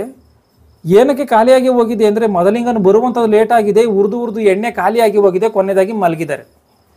ಒಂದು ಸಮಯದಲ್ಲಿ ಮದಲಿಂಗನು ಬರ್ತಾ ಇದ್ದಾನೆ ಎಂಬುದಾಗಿ ಕೂಗಿ ಹೇಳಿದ್ದಾರೆ. ಅವಾಗ ಏನು ಮಾಡಿದ್ದಾರೆ? ಬುದ್ಧಿವಂತೆಯವರು ಎಣ್ಣೆ ಖಾಲಿಯಾಗಿದ್ರು ಎಕ್ಸ್ಟ್ರಾ ಎಣ್ಣೆಯನ್ನು ತೆಗೆದುಕೊಂಬಂತಾರಲ್ಲ ಅದರಲ್ಲಿ ಸಿದ್ಧಪಡಿಸ್ಕೊಂಡಿದ್ದಾರೆ. ಆದರೆ ಬುದ್ಧಿ ಇಲ್ಲದಂಥವ್ರು ಏನು ಮಾಡಿದ್ರಂತೆ? ನಮಗೆ ಸ್ವಲ್ಪ ಎಣ್ಣೆ ಕೊಡ್ರಿ, ನಮ್ಮಲ್ಲಿ ಖಾಲಿಯಾಗಿ ಹೋಗಿದೆ, ನಾವೇನು ತಂದಿರಲಿಲ್ಲ ಎಕ್ಸ್ಟ್ರಾನ ಅಂತ ಎಂಬುದಾಗಿ ಕೇಳಿದಾರಂತೆ. 9ನೇ ವಚನ, ನಮ್ಮ ಆರತಿಗಳು ಆರಿ ಹೋಗುತ್ತವೆ ಎಂದು ಹೇಳಿದರು. ಅದಕ್ಕೆ ಆ ಬುದ್ಧಿವಂತೆಯರು, ನಿಮಗೆ ಕೊಟ್ಟರೆ ನಿಮಗೂ ಕೂಡ ಸಾಲದೇ ಓದಿತು. ನೀವು ಮಾರುವವರ ಬಳಿಗೆ ಹೋಗಿ ಕೊಂಡುಕೊಂಡರೆ ಒಳ್ಳೆಯದು ಅಂದರು. ಅವರು ಕೊಂಡುಕೊಳ್ಳಲಿಕ್ಕೆ ಹೋದಾಗ ಮದಲಿಂಗನು ಬಂದನು. ಸಿದ್ಧವಾಗಿದ್ದವರು ಅವನ ಸಂಗಡ ಮದುವೆಯ ಮನೆಯೊಳಕ್ಕೆ ಹೋದರು. ಬಾಗಿಲು ಮುಚ್ಚಲಾಯಿತು. ಗಮನಿಸಿ, ಅಂದರೆ ಮತ್ತೆ 11ನೇ ವಚನ, ತರುವಾಯ ಉಳಿದ ಕನ್ಯೆಯರು ಸಹ ಬಂದು ಸ್ವಾಮಿ ಸ್ವಾಮಿ ನಮಗೆ ತೆರೆಯಿರಿ ಅಂದರು. ಆತನು, ಅಂದರೆ ಎಣ್ಣೆಯನ್ನು ತೆಗೆದುಕೊಂಡು ಅನಂತರ ಇವರು ಬಂದಿದ್ದಾರೆ, ಬಾಗಿಲು ತೆಗೀರಿ ಎಂಬುದಾಗಿ ಕೇಳ್ತಾ ಇದ್ದಾರೆ. ಆತನು, ನಿಮ್ಮನ್ನು ನಾನು ಅರಿಯನೆಂದು ನಿಮಗೆ ಸತ್ಯವಾಗಿ ಹೇಳುತ್ತೇನೆ ಅಂದನು. ಆದ ಕಾರಣ ಆ ದಿನವಾದರೂ ಗಳಿಗೆಯಾದರೂ ನಿಮಗೆ ಗೊತ್ತಿಲ್ಲವಾದ್ದರಿಂದ ಎಚ್ಚರವಾಗಿರ್ರಿ. ಅಂದರೆ ಯೇಸು ಕ್ರಿಸ್ತನ್ ಏನು ಹೇಳ್ತಾ ಇದ್ದಾನೆ ಅಂದರೆ, ಈ ಮಾತಿನ ಅರ್ಥಗಳು ಏನು ಅಂತೇಳಿ ನೋಡುವಾಗ ಮುಂದೆ ಒಂದು ದಿನ ನಾನು ಏನು ಮಾಡ್ತೀನಿ, ಈ ಲೋಕಕ್ಕೆ ತಿಳಿಯದಂಥ ಸಮಯದಲ್ಲಿ ನಾನು ಈ ಲೋಕಕ್ಕೆ ಬರಲಿಕ್ಕಿದ್ದೀನಿ. ಆ ಬರಲಿಕ್ಕಿರುವಂಥ ಸಮಯದಲ್ಲಿ ಯಾರ್ಯಾರು ನೀತಿವಂತರಾಗಿ ಬದುಕಿದ್ದಾರೋ, ನೀತಿವಂತರಾಗಿ ಜೀವಿಸ್ತಾ ಇರ್ತಾರೋ ಅವ್ರನ್ನ ಮಾತ್ರವೇ ನಾನು ತೆಗೆದುಕೊಂಡು ಹೋಗ್ತೀನಿ ಪರಲೋಕಕ್ಕೆ. ಯಾರ್ಯಾರು ಅನೀತಿವಂತರಾಗಿ ಜೀವಿಸ್ತಾರೋ, ಆಲಸ್ಯದಿಂದ ಅಜಾಗ್ರತೆಯಿಂದ ಜೀವಿಸ್ತಾ ಇರ್ತಾರೋ, ಅಂದರೆ ಯೇಸು ಕ್ರಿಸ್ತನ ಬರೋದಕ್ಕೆ ಇನ್ನೂ ಯಾವತ್ತು ಬತ್ತನೋ ಗೊತ್ತಿಲ್ಲ. 2000 ವರ್ಷಗಳಾಗಿದೆ ಹೋಗಿ, ಆಗಿರುವಂಥ ಕಾರಣ ಆತನ ಯಾವಾಗ ಬತ್ತನೋ ಗೊತ್ತಿಲ್ಲ.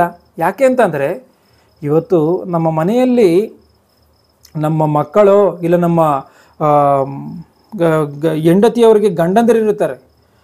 ಹೆಂಡತಿ ಕೈಯಲ್ಲಿ ಗಂಡ ನಾನು ಇವಾಗ ಬರ್ತೀನಿ ಊಟಕ್ಕೆ ಎಂಬುದಾಗಿ ಆತನು ಹೇಳ್ಬಿಟ್ಟು 2000 ವರ್ಷಗಳ ಕೆಳಗೆ 2000 ವರ್ಷಗಳಾದರೂ ಬರಲಿಲ್ಲ ಅಂದರೆ, ಗಮನಿಸಿ, ಇಲ್ಲಿ ಒಂದು ಗಂಡ ಹೆಂಡತಿ ಇದ್ದಾರೆ ಅಂದ್ಕೊಳ್ಳಿ, ಮನೆಯಲ್ಲಿ ಹೆಂಡತಿ ಅಡುಗೆಯನ್ನು ಸಿದ್ಧಪಡಿಸುತ್ತಾಳೆ, ಊಟ ಮಾಡ್ರಿ ಎಂಬುದಾಗಿ ಆಕೆ ಹೇಳ್ತಾಳೆ, ನಾನು ಊಟಕ್ಕೆ ಬರ್ತೀನಿ, ಈಗ ನಾನು ಬಂದೆ ನಾನು ಅಂತ ಹೇಳಿ ಆತನು ಮನೆಯಿಂದ ಆಚೆ ಹೋಗಿ ಹೊರಟು ನಾನು ಇವಾಗ ಬೇಗ ಬಂದ್ಬಿಡ್ತೀನಿ ಊಟಕ್ಕೆ ಎಂಬುದಾಗಿ ಆತನು ಹೇಳಿ, ಒಂದು ವೇಳೆ ಒಂದು 20 ವರ್ಷ ಆದರೂ ಬರಲಿಲ್ಲ ಅಂದ್ಕೊಳ್ಳಿ, ಒಂದು 20 ವರ್ಷ ಆದರೂ ನಾನು ಇವಾಗ ಊಟಕ್ಕೆ ಬರ್ತೀನಿ ಎಂಬುದಾಗಿ ಹೇಳಿ ಆಚೆ ಹೋದಂಥವನು 20 ವರ್ಷ ಆದರೂ ಬರಲಿಲ್ಲ ಅಂತ ಅಂದರೆ ಆ ಹೆಂಗಸು ಏನು ಅಂದ್ಕೋಬೇಕು, ಎಲ್ಲೋ ಈತನ ಇಲ್ದಂಗೆ ಆಗೋಗಿರಬೇಕು, ಇಲ್ಲ ಎಲ್ಲೋ ಸತ್ತೋಗಿರಬೇಕು, ಇನ್ಯಾವತ್ತು ಬರಲ್ಲ ಎಂಬುದಾಗಿ ಆಲೋಚನೆ ಮಾಡ್ತಾರೆ. ಆ ರೀತಿಯಾಗಿ ಯೇಸು ಕ್ರಿಸ್ತನ್ ಈಗೋ ನಾನು ಬೇಗ ಬರ್ತೇನೆ ಎಂಬುದಾಗಿ ಪ್ರಕಟಣೆ ಗ್ರಂಥದಲ್ಲಿ ಆ ಮಾತನ್ನು ಆತನು ಹೇಳಿ 2000 ವರ್ಷಗಳು ಕಳೆದರೂ ಕೂಡ ಇನ್ನೂ ಬಂದಿಲ್ಲ ಅಂತ ಅಂದರೆ ಮನುಷ್ಯನ ಇದನ್ನು ಯಾವ ರೀತಿಯಾಗಿ ತೆಗೆದುಕೊಳ್ಳಬೇಕು ಗಮನಿಸಿ. ಅಂದರೆ